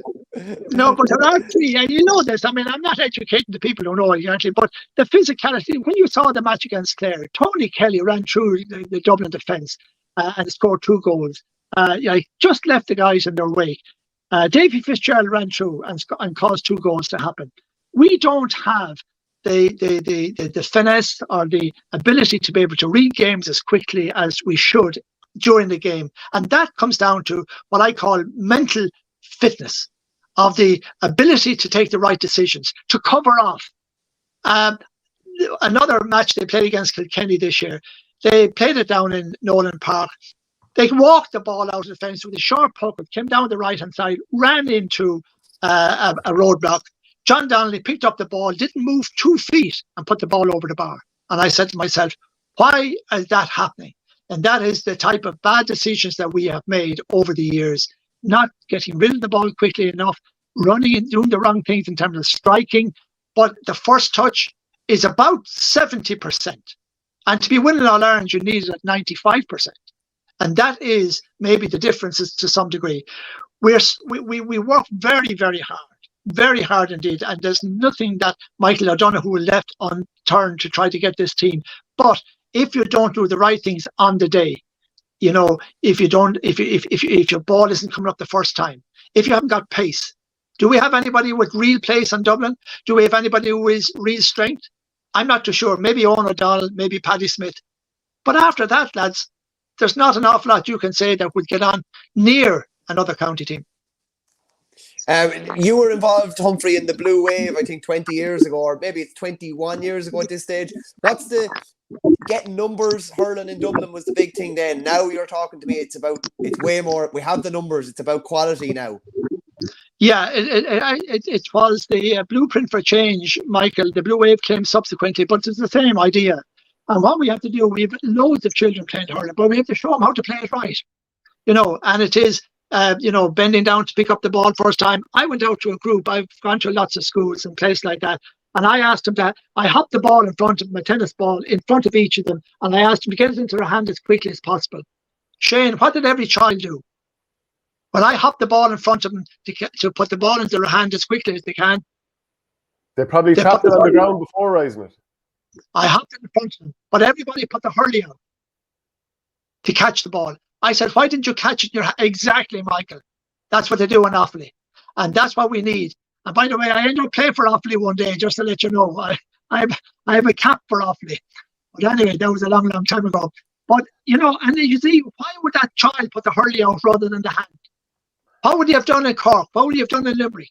And that's only a minuscule piece of experience that I have come across. The catching of the ball, the high catching. And when our forwards get the ball, do we believe we're going to score a goal? There's only very few examples that I have seen that where players will get the ball and they're going to go for a goal. Tony Kelly, he got the ball. Shane O'Donnell, they got the ball. What did they do with it? They put it in the net. Do we do that? No. There's a kind of an acceptance that we're going to be hooked or we're going to be blocked. So belief is an awful good part, a huge part of it. But I also believe, in fairness to Micheál Donoghue, he's trying to get that right. And it will take time. I mean, Shane, you were involved in the All-Ireland with Coola for 2 years. They were, you know, and we're all so proud of that happening. Why hasn't that continued on to other clubs if that's the quality of hurling that was there a number of years ago? I'd say some clubs have. Like, look at the production line in the likes of Kilmacud Crokes, for example. Ballyboden always have a huge amount of teams and players and so on and so forth. I don't know. I think the dual thing is so much of it, Humphrey, because if you took the very best hurlers in Dublin in the last 20 years, how many of them never played for Dublin because they were playing football for Dublin? Well, I came across that when I had Colin Keeney and I had Dotsy Callahan, and those guys decided to go off and play the football. And you wouldn't deny them that because they had an absolutely great chance of winning an All-Ireland. However, but we have to create that environment within the Dublin setup to believe that we can win an All-Ireland. If I said to Shane Stapleton that if you stick with me for 3 years, you'll win an All-Ireland hurling championship, you win a medal. Do you think he'll do it? But like, do you know, like Humphrey, like this year I watched the Dublin hurling championship begin before the footballers had even finished their season with the Dublin inter-county team. You know, like I was involved in several games where county footballers who would make the Dublin senior hurling panel weren't even involved in the club games. You know, so no, but there was a culture of the two codes pitted against each other. Football will always go on top. They will, because they know there's an All-Ireland chance there. But we don't create that expectation within Dublin to a large degree. And when we have that, we have to have a little bit of innovative thinking. I have to allude to one of your podcasts that I saw Martin Fogarty on, and it was rather depressing, I must say, to listen to Mike, to listen to Martin and his outcomes or his outputs from that particular role that he had in the Dublin, or the director of hurling. I think for the J, and it's not as depressing as it can be, because we have to stop thinking the conventional way of running hurling in this country. We talk about a line up above Dublin and Galway. Like, I'm advocating that we have what they call hurling without borders. I talked to a coach in Ulster and I asked him, did he come across any particular hurler in his time of coaching? He said there was a guy from Fermanagh who was as good a hurler I've ever seen. He had everything. He had left, right, physicality, he had the whole lot. But he did not have a good environment. He didn't have a support system in place to play for his county or to develop his game. And I said, what's he doing now? Sure, he's given it up. Why? There are loads of people. You'll all know Keith Higgins in Mayo. Keith is a marvellous hurler. He won. He's the only Mayo man. He's the only Connacht man actually to have a medal in Leinster or in the interprovincial hurling and football. Why is he, on his own in a county like Mayo? They shouldn't have that. They should have actually put in support systems, very much that to support these players. Like the structures as laid out at the moment have failed. They have actually failed good hurlers in counties. Why? The GA must look at a different structure and to be a little bit of innovative thinking. And there's always a way to do it, lads, if we're prepared to act on it. There's no question about it. But we cannot think the same way. And I would think we should have a thing, I call it hurling without borders. Why should we have borders in hurling, especially in the north? Because of the traditional way of doing things. We're denying good opportunities to very good potential hurlers if they could play the game. Like, I know that in my own county, we're very proud in Waterford. We're very proud when we get a player on the Fitzgibbon team, or to win a Fitzgibbon and Ferguson hurling medal. That's an achievement. That's hurling without borders. Let's do something in the north, something similar, without having to categorise you because you're from Tyrone. You're no good as a hurler, which is absolute rubbish. Basically, you're saying we should think outside the box, which is not something we're great at doing. Which is, Humphrey, you've been absolutely brilliant with your time. Really appreciate it. You might bring up that book again. An amazing book, a real stocking filler. You'd want to have a big stocking now to get it into it, but it's a great stocking filler. It's called A Place to Play. It basically documents all 101 county GA grounds around the country. And Humphrey, a quick one for you. We had a question in from one of our viewers wondering, would you put up a book for one of the viewers as a prize for if we picked out one of our viewers, maybe ran a competition over the next week? I'd be absolutely delighted to do so. And you know what? I might even sign it for them as well.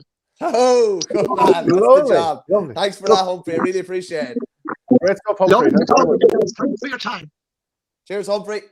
Okay, brilliant to have him on there. Was there not an idea for Team Ulster a few years ago, says Sean O'Sullivan? Now, I wouldn't necessarily be in favour of the Team Ulster, but I would be in favour of having county championships where the borders are left open, and rather than having 3 teams playing off for one championship, let's bring together 3 or 4 counties and play a championship, and maybe they could sort of have a precursor of playing among themselves if they want to, but just have a county championship between those sides. But then again, you might say that the Ulster Championship is that. But I'm just wondering, could there be a combined effort outside of Fermanagh playing in the Rackard or the Mar? Could there be a combined effort to put we'll say Fermanagh, Cavan, Donegal and a few more together for a collective team that would potentially play in a championship? Maybe, do you know what I mean? Potentially, not obviously, maybe leaving out Antrim and maybe Down and maybe Derry, but there might be a potential. Maybe you could resurrect an Ulster Championship as a result. Maybe if you're able to do something like that, and it would maybe expose, would say the likes of Luca McCusker and a few others that aren't getting that much maybe meaningful hurling to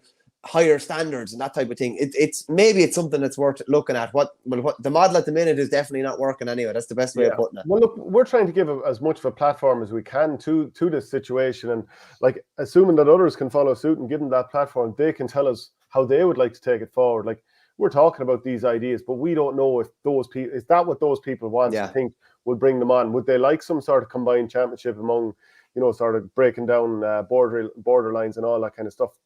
We want them to let us know. Had we finished off on Clonlara against Kildangan? Had we a bit more given out to do? No, I didn't have much given out to do, to be honest with you. I've no skin in that game, to be honest. But it turns out neither do I. What makes you think I do?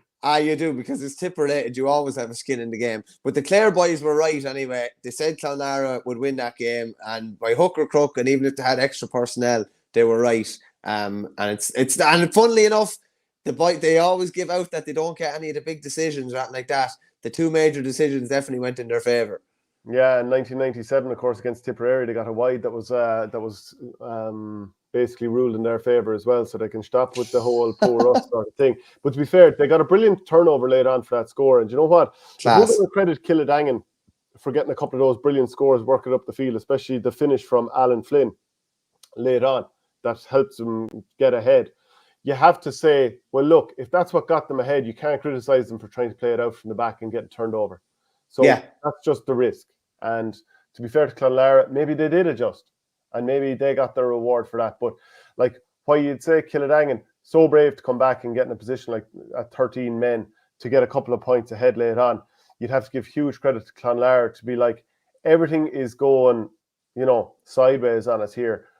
We're probably all panicking big time because, oh my God, we're about to lose to 13 men, which, that would send you into tizzy. Oh, yeah. They kept their heads. So you can't but give them massive credit for getting over the line there. Club power rankings updated during the week, lads. Probably will, yeah. Also, Clonlara nearly snatched a defeat from the jaws of victory. Dickie Murphy handed Tip the 2001 game versus Clare. Would have no All-Ireland that year for Tip, only for it. Balances out 97, Shane. Yeah, but I'm also saying that don't act like you never got any decisions. Yeah, well, that's kind of basically. It was pointed out to me that all the major decisions over the last God knows how long have gone against Tipperary. Stockroom Tim says, "What are you on about, Verney, with Clonlara getting the big calls? Kildangan could have had 4 reds. Well, there was 2 lads sent off in the game, so that is two big calls, and I'd say 1 was warranted, and I'd say 1 wasn't. But as I said, it actually, funnily enough, it didn't have that big of a bearing on the game. Funnily enough, madly enough." Yeah, but by the way, just because you foul somebody or flick them with a hurley, it doesn't mean it's a red card, or it shouldn't. I mean, we see time after time after time, referees interpret it. Like, there are no rules for a tackle, or if there are any rules, they're completely disregarded. It's all a case of, yeah, you're supposed to look to play the ball, but lads are constantly doing the half pull or there's all sorts of different interpretations of it, and it's up to the referee on the day, because there's a bit of a lie of the land thing, a law of the jungle out there. And we all know what sort of flake deserves a red card and what doesn't. And I know that Billy Seymour caught a lad on the head at another stage, and I know there was one other player, I can't remember who it was, I think it was Sharkey actually flicked in, and he clipped a lad. But we all know the difference between, there was the red card, the first red card had to be a red. The other ones, yeah, yellows. Yeah, grand. Okay, we'll move on. Not everything it's a bit like, was it the Rugby World Cup, and there was a hit in the head, and the referee, they'd watched it back on the video and all that, and he turned around to the captain and he said, look, not every hit to the head is a red card. Sometimes it's incidental. You go out playing hurling, there's a risk of taking a flake. Yeah, I didn't think the second one was a red. I think to be a fair whack of reds dished out, if that's the case, if that's what we're deeming red. Was it wild? Yes. Did it deserve a yellow? Yes. Not a red. I think there has to be. You can't just treat every pull or every time you connect with a fella's hand trying to flick a ball. Is that a red? Is that a striking offence? Is that attempted strike? Like, that's like, as you said, the rules are fairly open ended and they're open to interpretation. But I wouldn't have interpreted that as a red card anyway. Yeah, Traumspieler, Jack Fagan, quality player. He made it happen himself. He moved from Meath to Watford to pursue his dream, basically. He should be an avenue made for lads with talent from weaker counties. Thomas Gallagher said that Antrim were the only county against, I suppose this is an idea to combine teams in the north, that they were against it, which makes sense because they're in the Liam McCarthy. Thurles, they tried an Ulster League, but the Antrim teams pulled out. So I suppose, look, it is down to what do these teams and what do these players from these regions think will help them.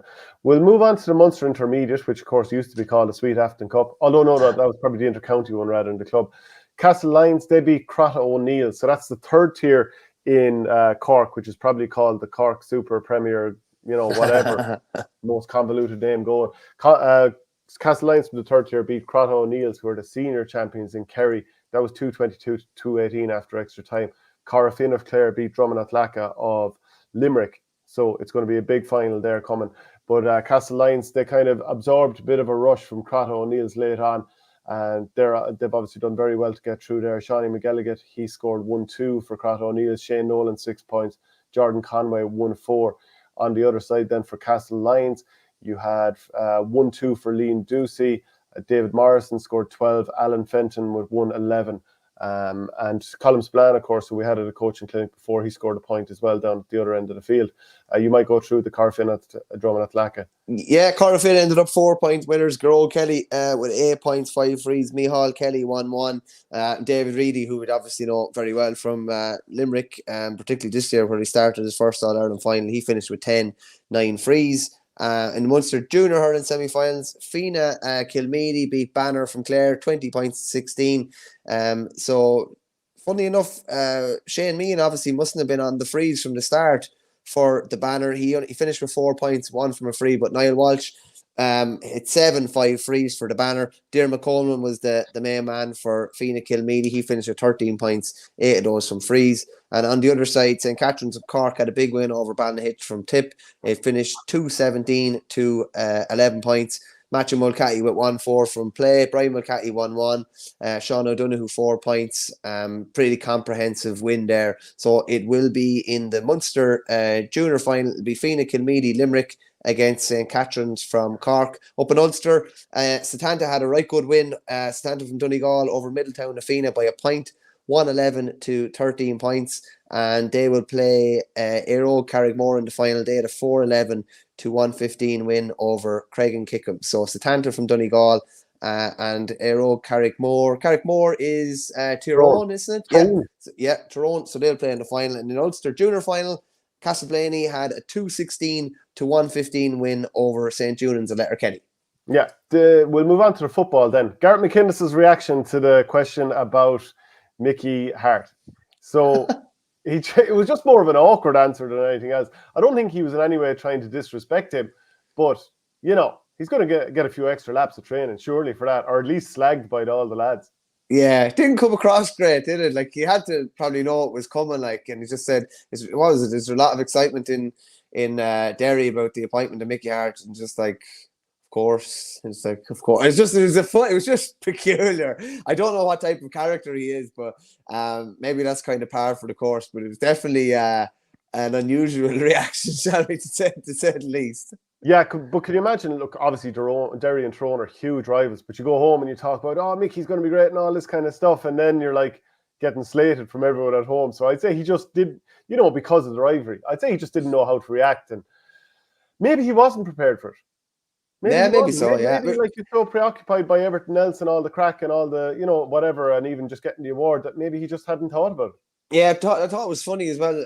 Stephen Cluxton obviously didn't want to be interviewed by the looks of things, or had asked maybe not to be interviewed. He's spoken at All-Stars before. I think he spoke when he got Footballer of the Year a couple of years ago, didn't he? He spoke. He used to actually be wheeled out for the press conferences with Jim Gavin after matches at Croke Park for a while as well. That's right, yeah. So I thought that was kind of peculiar. I don't think he had his award in his hands either, which was also strange. And on the football side of things, obviously David Clifford ended up Footballer of the Year. He's 5 All-Stars. He's 24. Like, if all is well in the world and he stays fit for the next 10 years, he not only surpasses Pat Spillane as the, you know, most decorated footballer in All-Star history with 9. Spillane has 9. I'd say he surpasses Henry's 11 as well. Like, in the next decade, can you see him winning 6 All-Stars? He's played 6 years of inter-county football. Am I right in saying 18, 19, 20, 21, 22, 23, and he's won 5 All-Stars? So there's a fair chance of all being well in the world that over the next 6 years he'll pick up another 4 or 5. Realistically, I can see him finishing on potentially 12 and 13. And could he be Footballer of the Year another couple of times? Yes, he could. Easily. So like, he could rewrite all the record books. And we were talking about weekends that lads had. He was crowned Footballer of the Year on the Friday, and he did everything it looked like humanly possible to get Foss over the line in that Munster intermediate final, beating a point. I think it was 213 to 18. He finished with a dozen points. I think 6 from play. We don't like the mark, but he scored an incredible mark. Where he caught the ball about 5 yards inside the 45, where it didn't look like it was possible to catch the ball, and put it over the bar then. And he had a chance at the end, really difficult chance on the 14, I think, out near the sideline. He probably, just because he's Clifford, you would have expected him to put it over.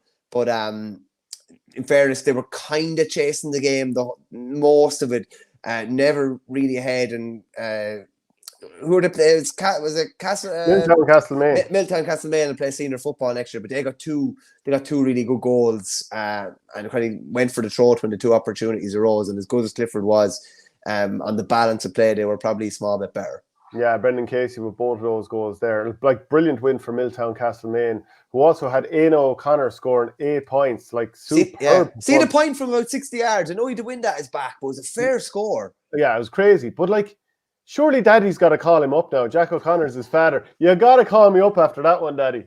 Like, and of course he formerly played for Kildare. Yeah, that's going to be interesting. That's going to be interesting. I don't like this stage of the day if he be called in with reverse Kerry. Nepotism if he isn't.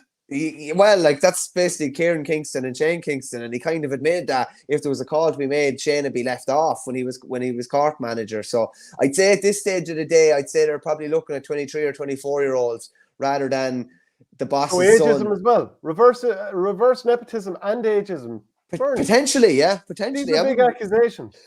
No, they're not accusations. I don't know at this stage of the day if he'd be calling them in.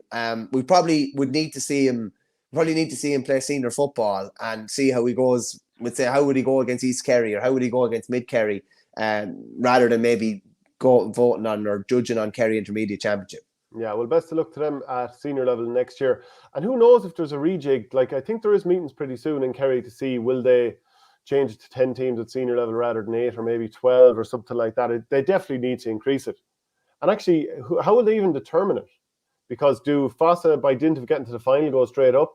And if they do, is that East Kerry now losing those players? Yeah, it does have massive ramifications for if the divisions are kept in. Like, if the Cliffords end up senior, then obviously East Kerry aren't going to be nearly as strong. Could they win it without them? They'd definitely be very competitive without them. But I don't think, like, you're looking at 2 players with an unbelievable X factor. There's Trounspieler just says, first time I watched Clubber yesterday for the Fossa game, real breath of fresh air. The on-pitch interviews afterwards were hilarious. The doorstep Jack O'Connor even, who didn't seem too impressed. Yeah, it's definitely it's very kind of loose and it's very enjoyable to watch anyway. I'd have to say it has been a breath of fresh air, and the breadth of coverage throughout the year from Clubber is outstanding, like covering all sorts of games. So Mark McHugh won't be involved with Davy Burke's Roscommon outfit next year. They'll also be without Conor Daly and Cian McKeown, who are both going to Australia, I think, for the foreseeable future. Ultan Harney and Ronan Daly, they're actually due to come back. So that's a boost the other way. But I suppose, look, as far as Davy Burke is concerned, you just roll on. I mean, that's the reality with a lot of backroom teams. You get lads in, you get lads out. You can't control what's going to happen with other people. Yeah, different lads are going to come and go. Unfortunately, that's the nature of it, and you just has to be fluid. Lads will go one year to be back the next. When they're back, someone else is going to go. That's just the way it is. Shane, my phone might die now in a minute, so if I disappear, you might have to continue on. But I just want to go in and chat about. You're a pro. Yeah, well, I'm just going to stay going until I'm basically going to empty the tank here. I'm going to go until there's no more left. But the Leinster Club semi-finals finished St. Lomans 110, Naas 115. That was after extra time, wasn't it? That went to extra time, I think. Yeah.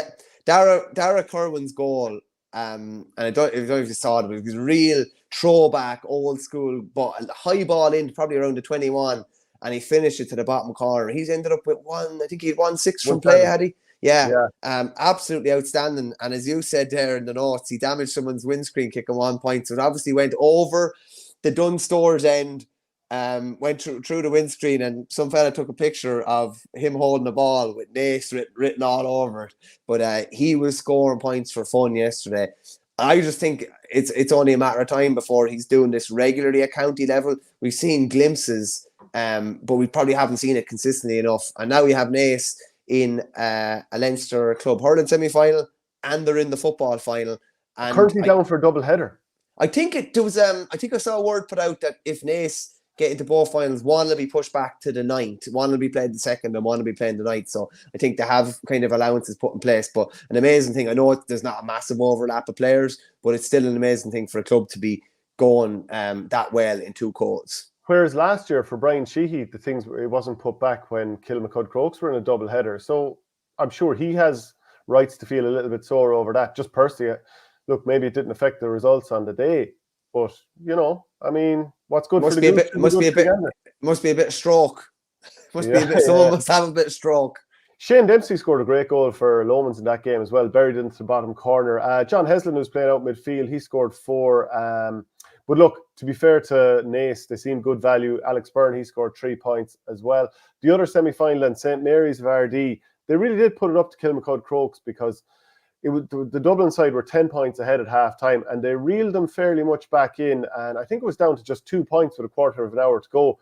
Like, that's some run to win a quarter against Kilmacud Crokes by 8 points. Who really does that? We just thought we thought about 116, give or take, to Crokes, and maybe 7 points for the RD side. But to be fair, they pushed them all away. Oh, geez, they did, yeah. And I wouldn't have been expecting it no more than yourself. And to win that kind of third quarter as comprehensively as they did, it's quite unusual, you'd have to say. It was interesting to see Robbie Brennan coming out saying afterwards, and I love when people actually nail their colours to the mast. He just said that Paul Mannion definitely should have got an All-Star this year. And it's funny, he was going back through them. Someone had a tweet up about, when was the last time someone who got man of the match in the All-Ireland final didn't get an All-Star. It's actually happened a remarkable amount of times. Just thinking off the top of my head, Taggy Fogarty in 06. Shane O'Donnell, Wally Walsh. Shane O'Donnell, Wally Walsh. Kieran Joyce. Mick Fitzsimons. Paul Mannion. Who was it in 19? Got the man of the match in the replay in 19. Dublin Kerry. Kieran Kilkenny. and he was quiet the first day. Don't think he got an All-Star that year. It's mad.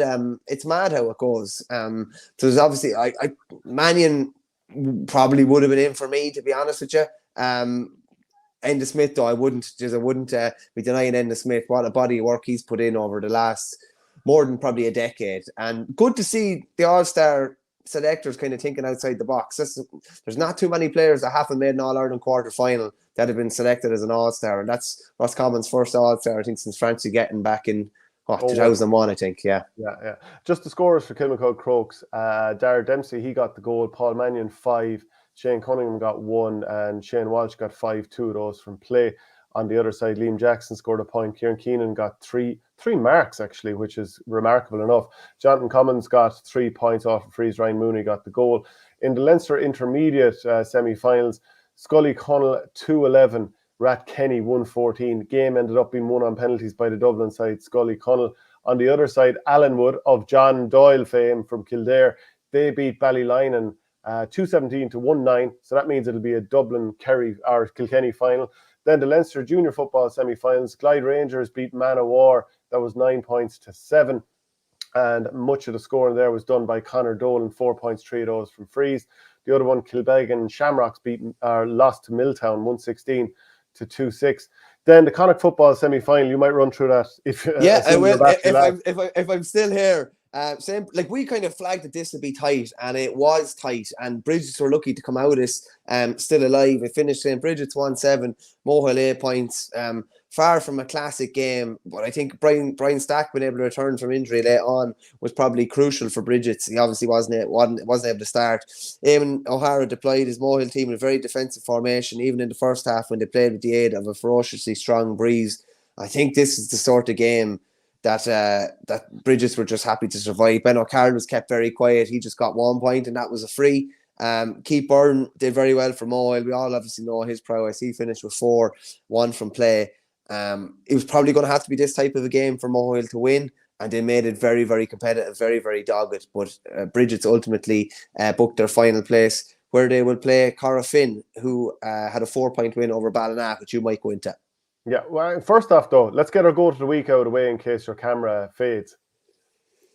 Goat of the week, hurling-wise, sure, it's kind of hard to look past Pádraig Mahoney. To me, that was a better display than the one last year for Ballygunner. From a football point of view, I wouldn't look past Dara Kirwan. Just thought he was absolutely outrageous, left and right. And the fact that he's so big and kind of bulky and mobile in around the square, you can just leave a ball into him and he's able to deal with it whatever way it comes. So Pádraig Mahoney and Dara Kirwan for me. Yeah, I give it to John Conlon, and I suppose, that we must have lost Michael Verney there. So on the football side of things, I'm going to give it to Johnny Doyle, just to be getting into a Leinster final at the age of, I think he's 45, so that's incredible stuff.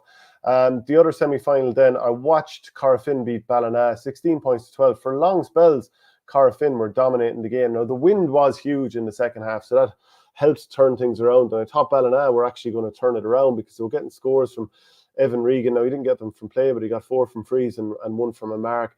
Frank Irwin, he got 3. His brother also got a point. So they looked like they were making a decent burst. And this was without the likes of Pádraig O'Hara, and they had an injury to Ger Cafferty early in the game. So that's crucial players that weren't available throughout the entirety of the game. But like some of the young players coming through from Corofin, the likes of Jack McCabe, he scored 5 points, and points at crucial times of the game. Gary Sice, he got 5, 2 of those from place balls, but 3 brilliant ones, including one where he did a lovely little fake and then sliced the ball over the bar in the first half. That was brilliant. Dylan McHugh got a couple. Patrick Egan as well. He looks like another really good player. But McCabe was saying after the game, 8 years ago, I would have been in 6th class, looking up at the Gary Sices, Dahi Burks, who came on late on, Ronan Steen, these lads. And now for me, making it into the team, it's a privilege, to be honest. Sicey and the boys, they're a breath of fresh air. They put an arm over your shoulder and just guide you through again. It's unbelievable. So I just wonder now, is this Corofin team, are they on the crest of the wave again, about to kick on? They still have the likes of Micheál Lundy as well, who wasn't named to start, but he did start and he scored a couple of points here. So I suppose for a finish, they were just relieved to get over the line, but for long spells, it was quite impressive. Then the Connacht Intermediate Football semi-final, Monavea Abbey beat Kilmina, and there would have been a real edge to this game because we probably heard that interview that was, I think, Galway Bay FM towards the latter end of last week, where the manager from Monavea Abbey was talking about the cocky shower from Kilmina and the way Mayo teams are and so on and so forth. So they got across the line. They were able to back it up with a 1-8 to 10 points win. They'll meet Castlereagh St. Kevin's in the final after a 2-6 to 9 points win over Eastkey of Sligo. Connacht Junior semi-finals, Lahardane McHale's, they beat Menlo 5-12 to 4-9. Owenmore, they just about beat Glenfarne Kilty Clogher by 14 points to 1-8. Then the Ulster Junior Football semi-finals, Blackhill, they beat Napearshig 2-10 to 7 points, and Arva had a 1-11 to 4 points win over Lisnaskea Emmets. And we also might mention the Munster Junior Football quarterfinals, which saw Killimer beat Afane of Waterford 9 points to 5. So that's it from the show this week. If you want to get the audio podcast, go to patreon.com/OurGame, and don't forget to follow us on all the different social channels. Makes a big difference in terms of building the channel. Thanks very much, folks. We'll see you again next time.